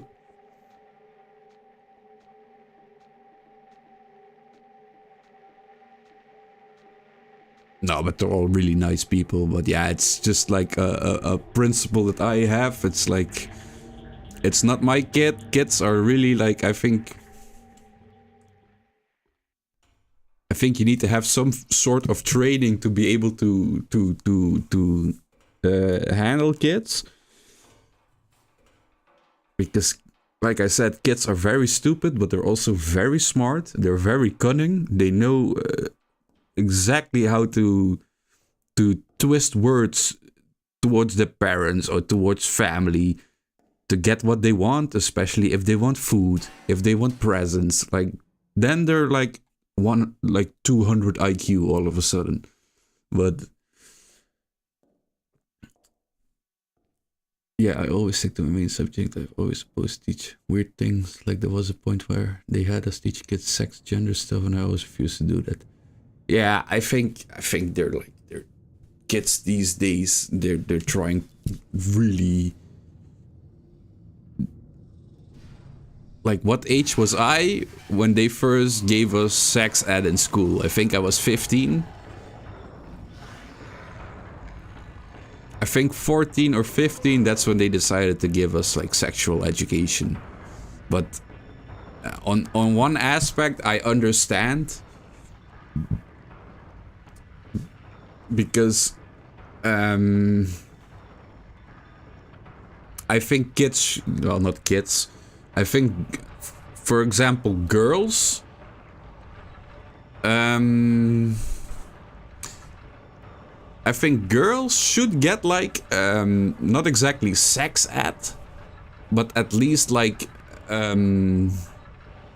biological lessons, because they of course get their period, and that's I've heard a lot of stories from ex-girlfriends about their first period and how scared they've gotten when that happens. Because yeah, of course, it's like it's a pretty crazy thing if all of a sudden you start bleeding like crazy. So I do think that there should be like at least prepare girls for the fact that one day something like that will happen to them. But I think don't teach kids about all the sexual, at least not before they turn like 14.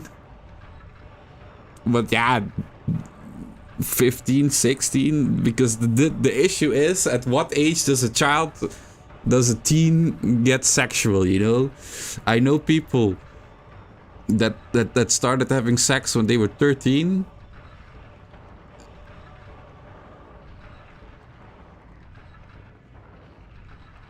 I was 16 when I had my first girlfriend. There's people that wait really long. There's people that don't have sex until they're married, you know. It's difficult to decide what the correct age is to give sexual education, because you do have to at least warn teens about the possibilities, you know. But yeah, at what age is someone ready? That's also why I'm not in charge of those things. Because I like to discuss, I like to have dialogues, I like to think. But again, if I was like in charge of everything, if I was the one that had to decide like at what age do you give sex at, I would have been discussing until I'm 80 years old, you know, because then I would find, oh no, that's not a good possibility, oh, but that's another problem, and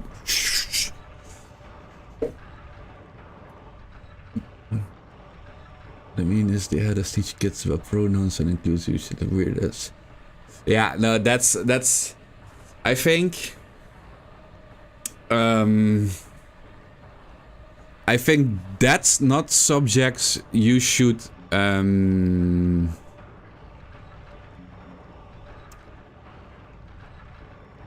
that's also for the reason because children, they don't know what they want. And that changes. Okay, wait. This is a subject where I really have to get up. Hey, hello, get up.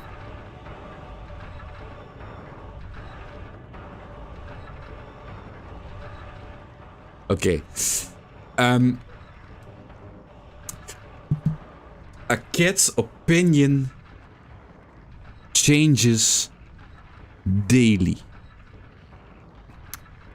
At least that was the way when I was a kid, because I can give you millions of examples in micro situations where children would be friends with one person on Monday, enemies on Tuesday, then friends again on Wednesday and Thursday, enemies on Friday, and in the weekends they would play together again. Kids support football team A on Monday, then they hear their friend supports football team B, and they'd also decide to support football team B. It's like kids are really impressionable kids, and that's okay because kids, their brains are forming. So I believe that when you start introducing these things to kids, they start believing it themselves. You know, you give them ideas, and in the long run you will create problems, because if you look at the whole of society, the adult people that actually feel like they're trapped in the wrong body is such a small percentage. And I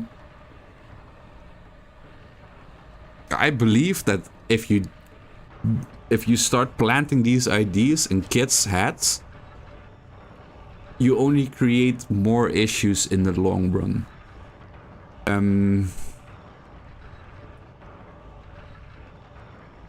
Because, yeah, for example, like, it's the same things like Santa Claus and, you know, and the monster under the bed. Like, you can make the kids, they believe in fairy tales. They believe if you tell them Santa Claus has a bazooka, they believe it, you know? It's like... And kids change their minds on everything. And everyone does it. Like, I've also been there. And it's in these most stupid situations. Like, then Charizard is your favorite Pokemon. And then, no, it's Gyarados. And no, it's this one. No, it's this one. And it's for the most diverse of reasons. Because one friend does it. Because another friend doesn't do it. Or your parents tell you to do this. Like, kids are so easily... And I believe that's also a reason why I don't want to handle another person's kids, because...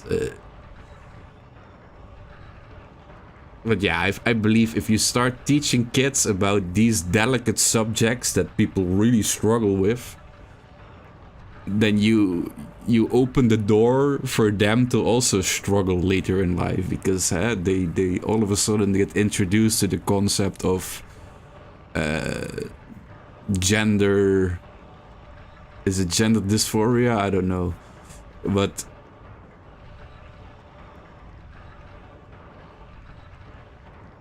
Yeah, but then again, you know, who am I to... That's the... It's always easy to say when you don't... No, I believe there's a small population that really struggles with their sexual identity. And I think that's sad. I think those people should be helped. But I don't think it helps to introduce these concepts to kids. Because... I don't know the numbers, but I believe there's like a really small percentage of kids that generally don't believe that they were born in the right body.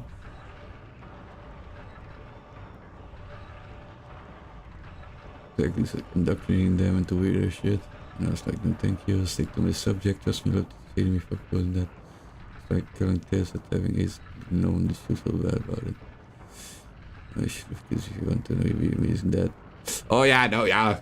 Eventually I will have kids, but and then it's of course, you know, that I'm the father, then it's my, you know, my responsibility, but it's more like other people's kids. But yeah, there is also a big issue with teachers that teach but don't have kids themselves, you know, and there are unfortunately a lot of people, and it's everywhere in society, that prey on weaker kids. You know, how many times do you read about teachers having sexual relationships with students? And so many teachers that see children as little propaganda pieces. It's yeah, it's a shame. I think it's like, yeah.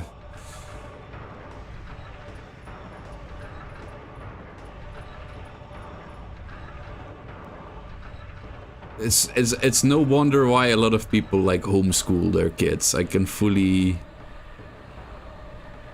understand why. Because yeah, it's a scary thought to just leave your kid with someone. It's like less of 3% of the entire population, very small. Yeah, that's what I mean. Like, it's a really small percentage that really struggle with it, and I do believe that these people deserve the help that they need in order to feel like the person they want to be. But if you start introducing these concepts to children who are like, children are so stupid. And children flip-flop on every opinion, I think then you only make them susceptible to the problem. And then they start struggling with their sexual identity. And then you create just more people that's struggling. Because how many people are traumatized by something that happened to them because they were a kid, you know? Like, I know grown-ass men, ripped, tall, scared of nothing. But the moment they see like a tiny spider, they start freaking out. And that's all because something happened to them when they were a kid, you know?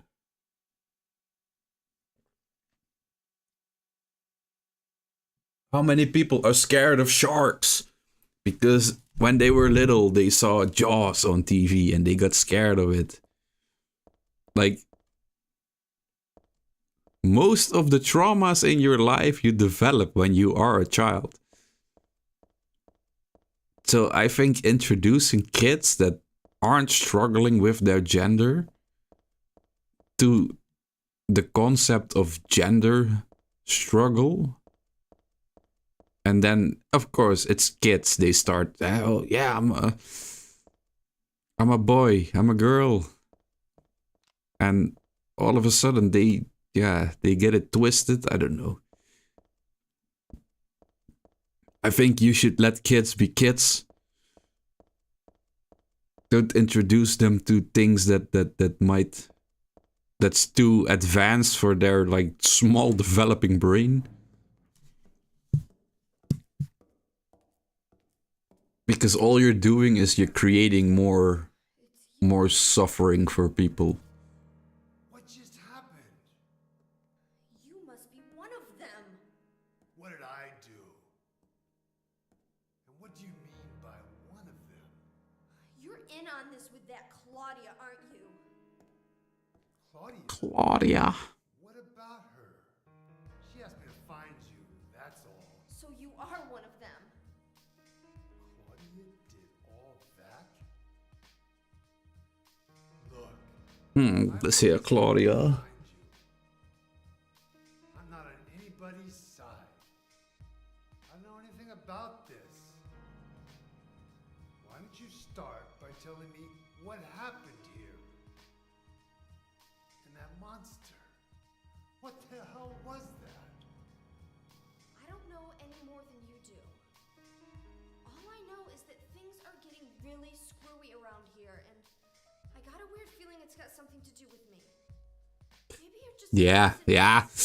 I do play on PC and I don't know You know, if you hadn't found me, What are you talking about? I don't remember if they were this good on the PS2, but they did do great work with the models and with the way they but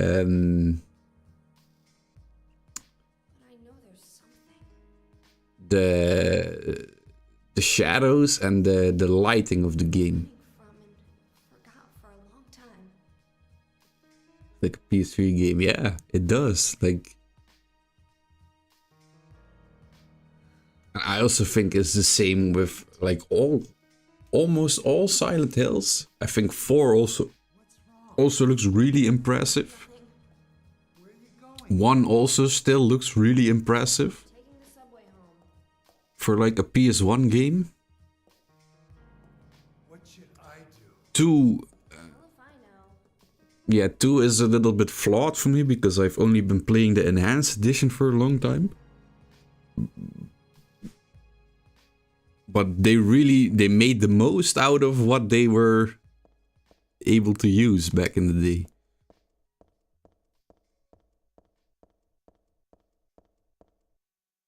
Yeah, they were way ahead of their times.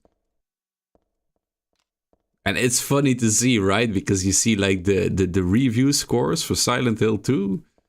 What was it? Like I think a 6.7 in certain review outlets.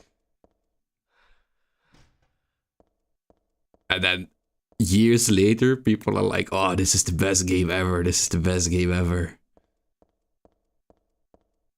I always find it funny. Because history revisionism is really a thing. Like for this website, I reviewed Call of Duty Infinite Warfare. And I gave that game a 9. A 9. Because I thought the single player was a really good experience. I thought the zombies mode was really good. And the multiplayer I really enjoyed. But that was at the time where everyone was here hating on Silent Hill Infinite Warfare. And I find it so funny how now all of a sudden you get like the YouTube videos, the articles. Oh, Infinite Warfare. We underestimated this game. And it's like people get so clouded about because it was the hype to dislike the trailer, like, oh, the worst trailer ever. So everyone has like this trailer thing on their mind and they're unable to objectively look at a game. And it's like, and it's the same with Wanted Dead. At least I think that was the name of the game. Wait, let me check.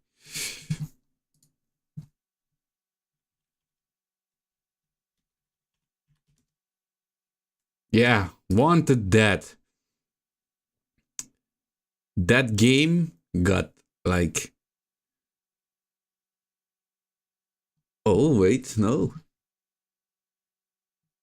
Ah, okay. I remember when I was writing that review, when I wrote the review, I saw so many people online like, oh, this game is shit and this game sucks. And I don't know what number I gave that one exactly, but it was a decently high rating because I really enjoyed that game and I really, like, it had its flaws, of course, but yeah. What number did I give the game? I gave it an 8.6. An 8.6. But that's because that game, that's not a mainstream game. And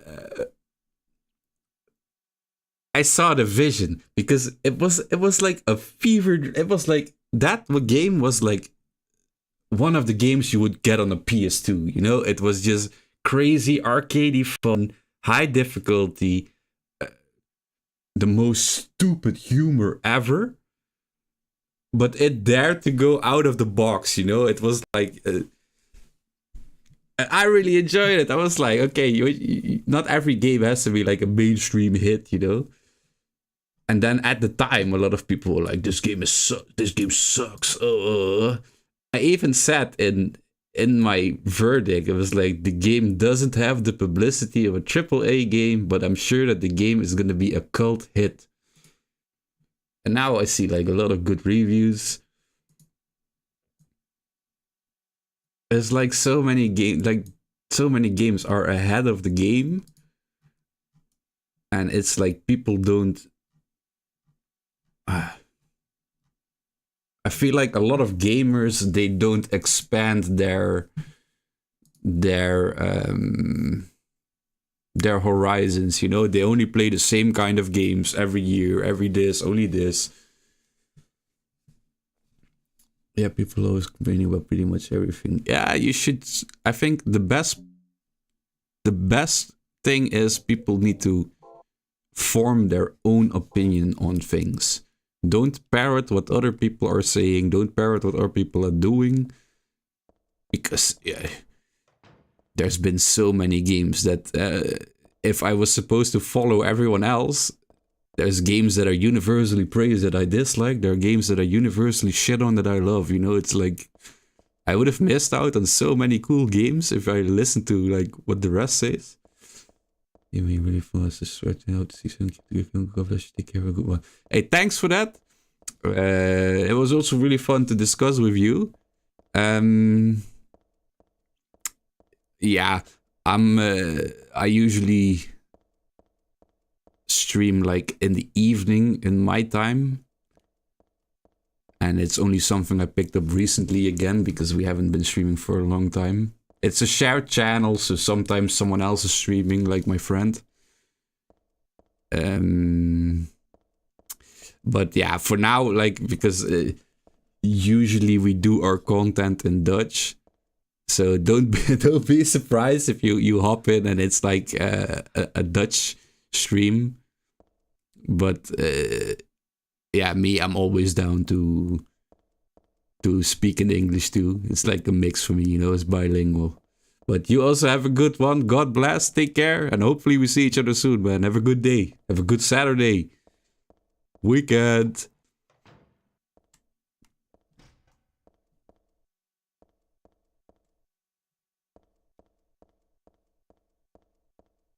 The map. It was in the station, I think.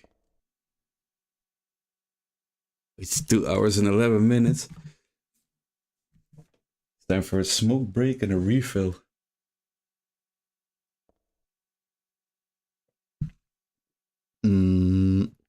Wacht. Pauze. Pauze in de game, pauze op de stream. Gaan we even roken. Smoke, smoke.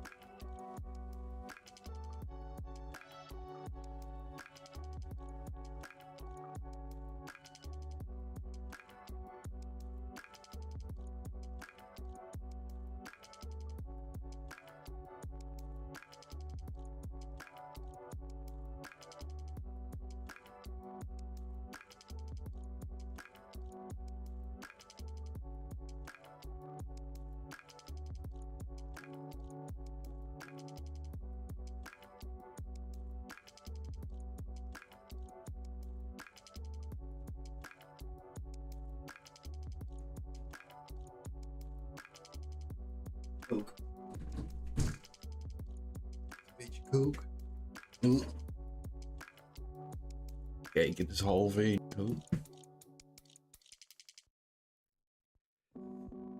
Half 1 en we zijn pas in de subway. Hebben we echt niet opgeschoten vandaag. Maar ja.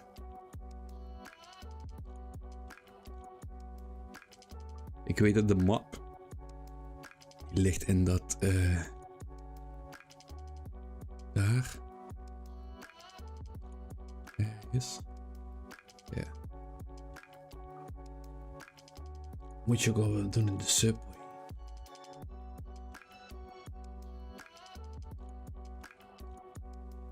Shotgun tegen die big cancer vechten.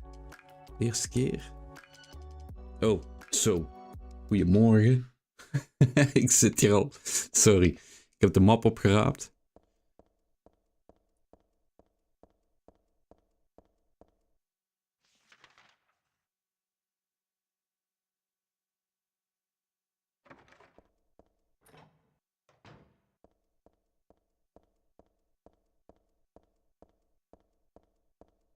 De ene perron moet naar beneden, maar... En dan moet ik die betonschaar.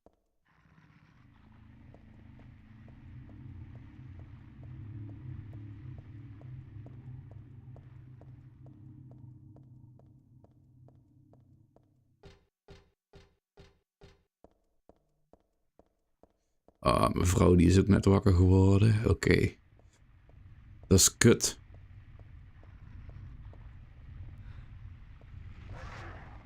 Ja, is niet kut, maar... Dat wil dus zeggen dat ik zo over Arsenal moet gaan praten.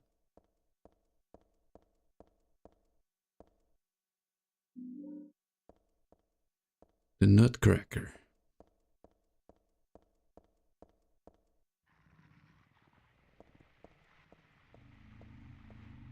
Hier, ik hoor die telefoon al gaan. Gzzt, gzzt.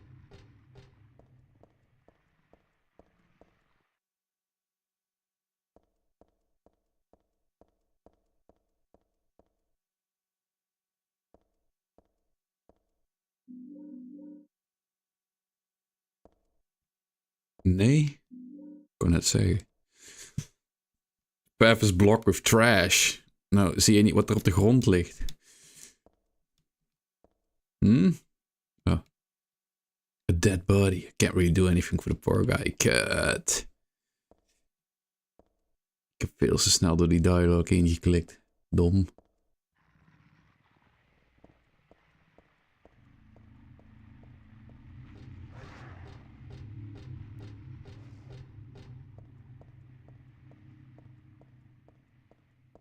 Oké, bij Hazel Street zijn we geweest. Even kijken wat ze zegt.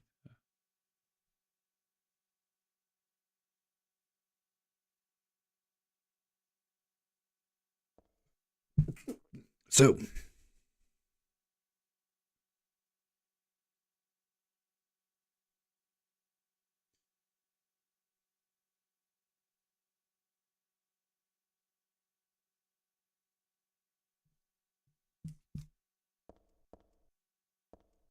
is nou heel veel Nederlands leren.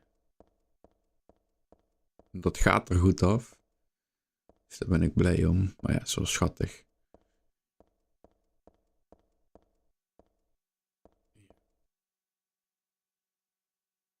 Betonschaar.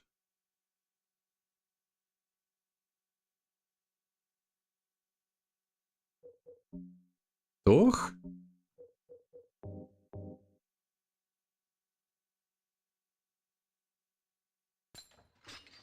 Niet, de nutcrack.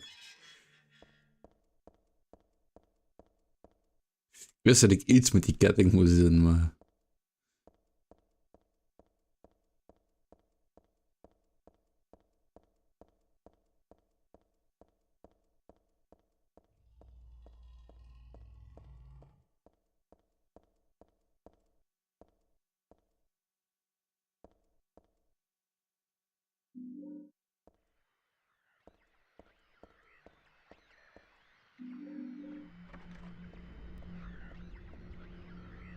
Daar is die.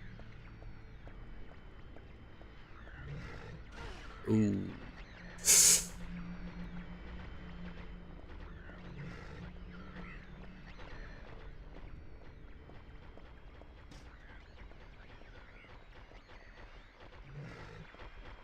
Ik was vergeten dat hij zo snel was.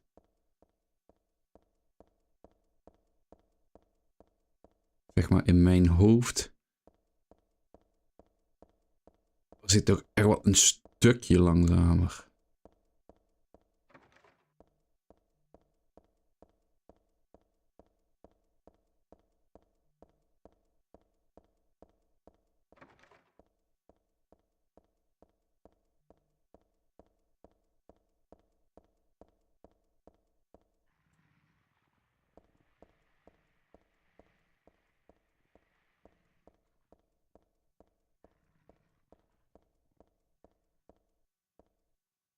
Hier moet ik uitkijken.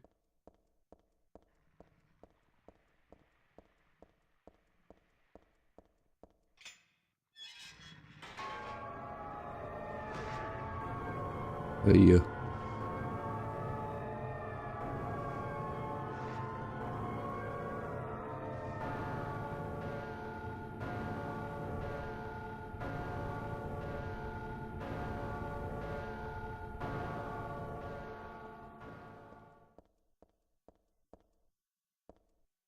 Zo'n dorp, hè.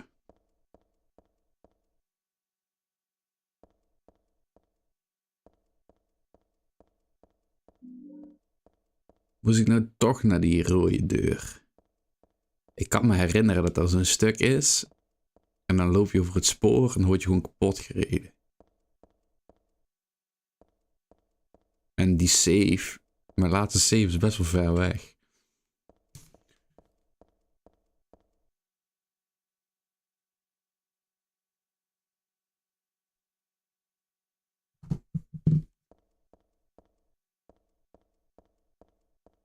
Oké, als hier boven een save is, dan ga ik het proberen. Maar...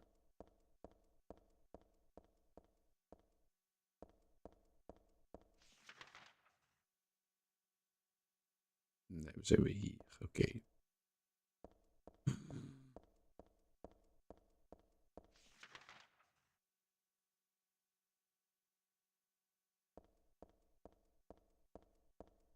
Eerst eens even hier bij platform 4 kijken.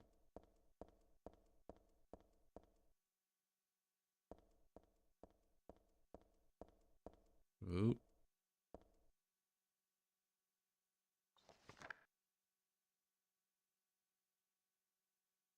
I read this a long time ago. It's nothing but a little occult magazine. It seemed like a bunch of crap to me. That's the better view from the souls of those who died suddenly by suicide or accident or realize they're dead. Sometimes they stay put and haunt a particular place. Spirits have lost their human senses and memories and can only keep replaying the pain and sadness of the moment they died. The pain can get so bad that they turn to humans for salvation, or they begrudge humans their lives. At such times they can possess humans. Places known as famous suicide spots or high accident areas are often to blame. You should be careful when approaching this place, especially today. What happened to you two? Ooh.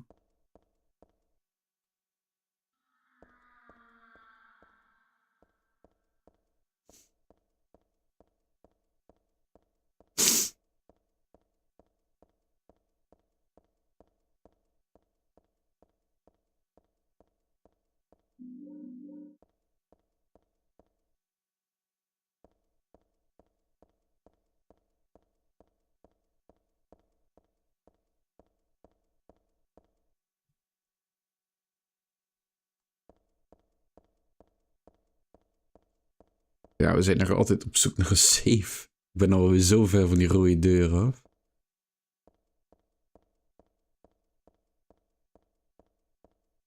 Dat ik ze dadelijk niet eens weet. Het is letterlijk dezelfde straat.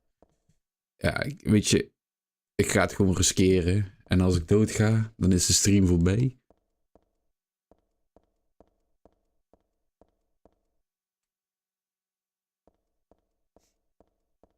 Dan hebben we morgen toch een flinke berg te beklimmen.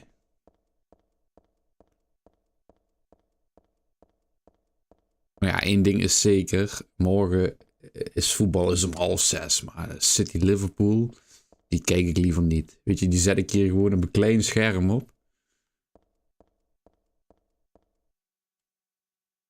Ik ben daar wel morgen van plan om richting rond een uur of 4, 5 de stream aan te slingeren. Toch minimaal tot een uurtje of 10, 11. Maandag komen ze weer.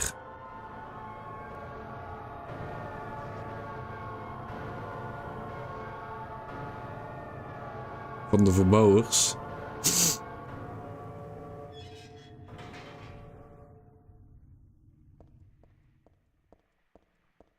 Die geluiden die freaken me uit. Freaken me uit? Freaken me uit? Kijk.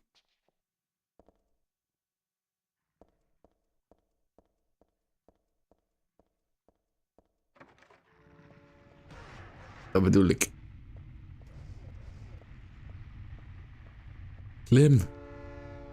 Was ik op tijd? Oh. Oké. Sheesh.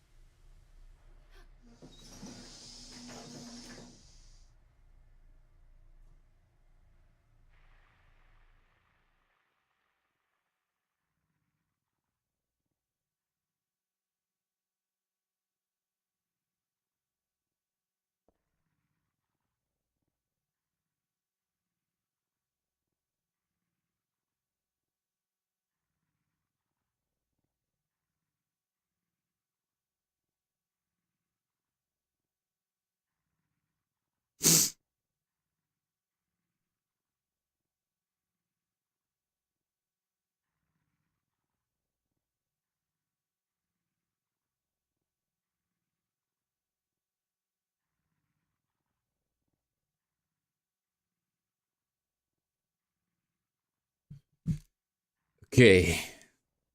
We gaan nog even snel.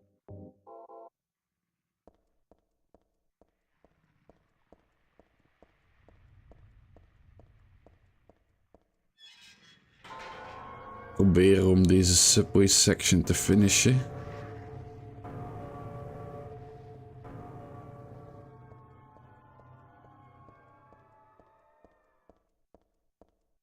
Jij motherfucker. Chill dat die sound ineens weer erin sprong.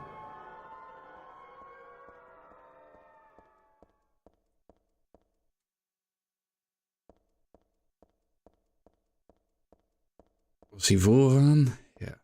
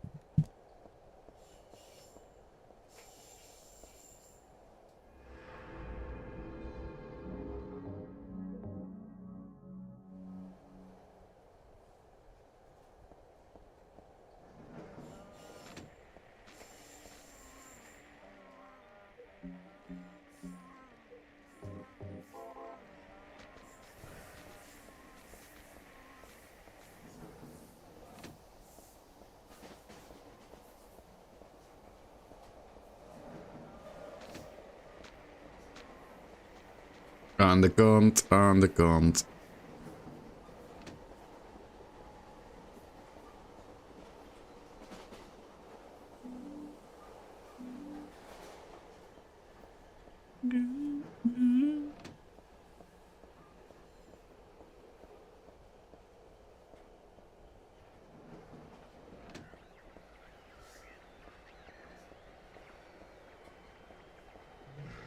Ze hebben mooi langs gesneakt.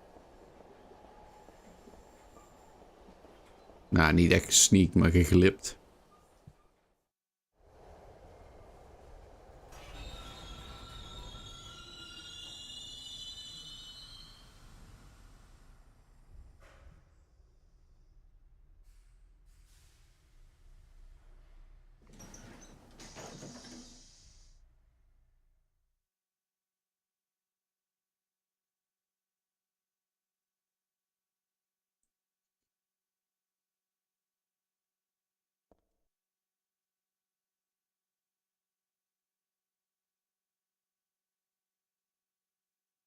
erbij.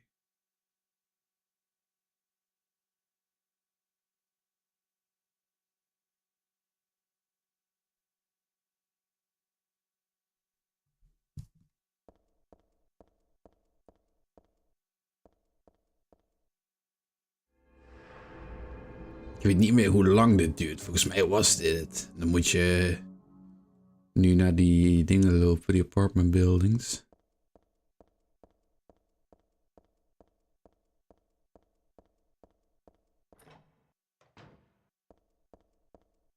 Sewer.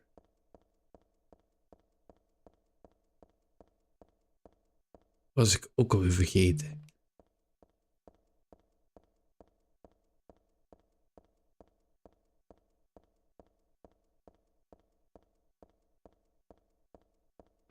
Was die nieuw al?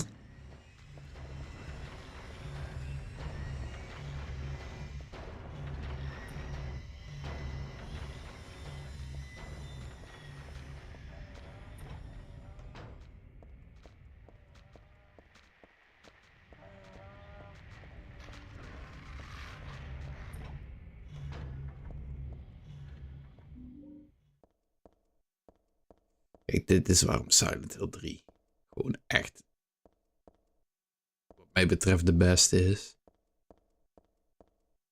Veel variëteit. Veel variety.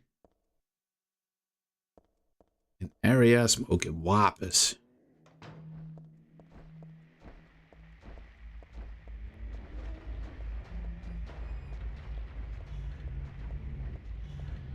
We kunnen nog de pipes upgraden. We krijgen de katana nog.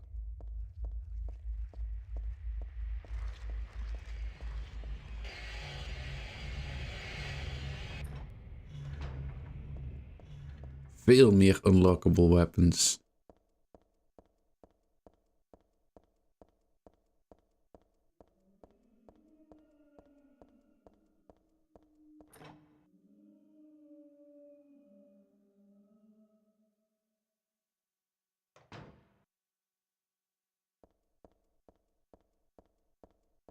Alleen, ja goed, ik ben nou weer een beetje aan het lopen.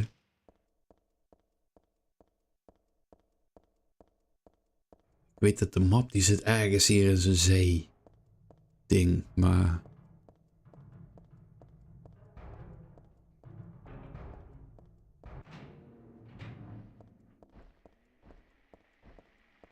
Het probleem is dat ik nou... Heb je die olie nodig?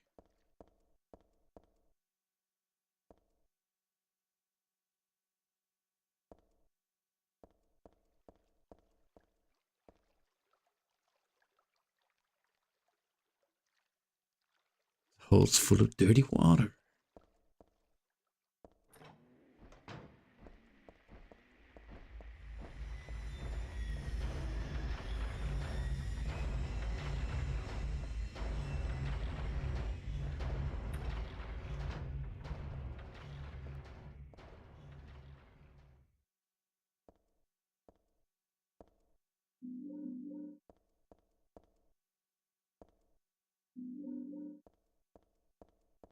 Heb ik soms een fucking, hoe heet dat, aanstaan?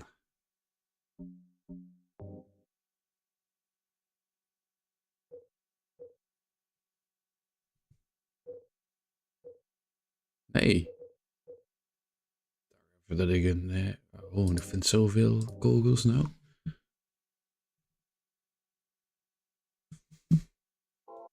Ja, ik denk dat ik dan voor vandaag hier ga saven. En dan morgen op zoek gaan naar die cola fles om die olie in te stoppen. Het is nou 1:15. En ik heb te lang lopen slaan. Ja goed, het is gewoon kut dat Arsenal zo laat moest voetballen. Dat, we hebben best wel veel met onze Engelse vriend gepraat. Diepgaande discussies, waar ik veel bij na moest denken.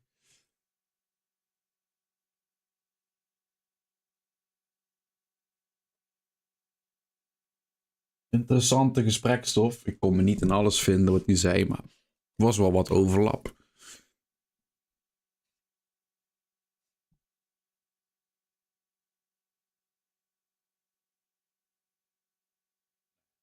Yeah. Ik moet dat een beetje leren balanceren. Op een gegeven moment raak ik zo in de gesprekstof dat ik helemaal vergeet te gamen. Ik ben wat dat betreft echt een simpele ziel. Ik kan ook niet over straat lopen, weet je wel, met 10 dingen bezig zijn. Als ik echt met iemand in gesprek ben, ben ik echt met iemand in gesprek.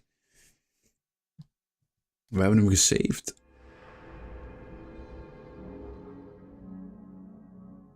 Nou, nog 1 keer, gewoon voor de zekerheid. Yes.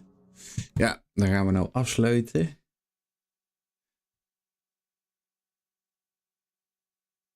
Dan wil ik jullie bedanken voor het kijken. De controller gaat aan de charger. En morgen gaan we hem finishen. We hebben een klein begin gemaakt. Echt een heel klein begin. We moeten nou dus de sewer nog doen. Appartement.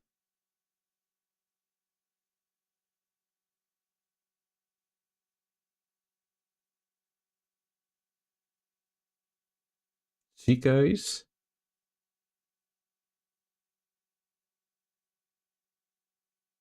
Amusement park.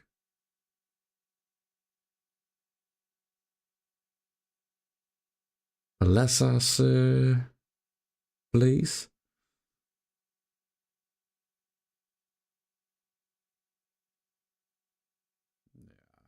Ja, dat redden we wel.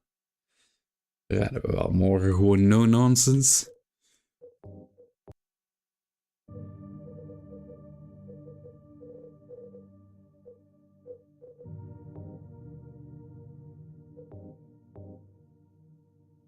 No nonsense, gewoon vlammen. Nou, bedankt voor het kijken. Nog een fijne avond. Voor zover die fijne nacht. En hopelijk tot morgen.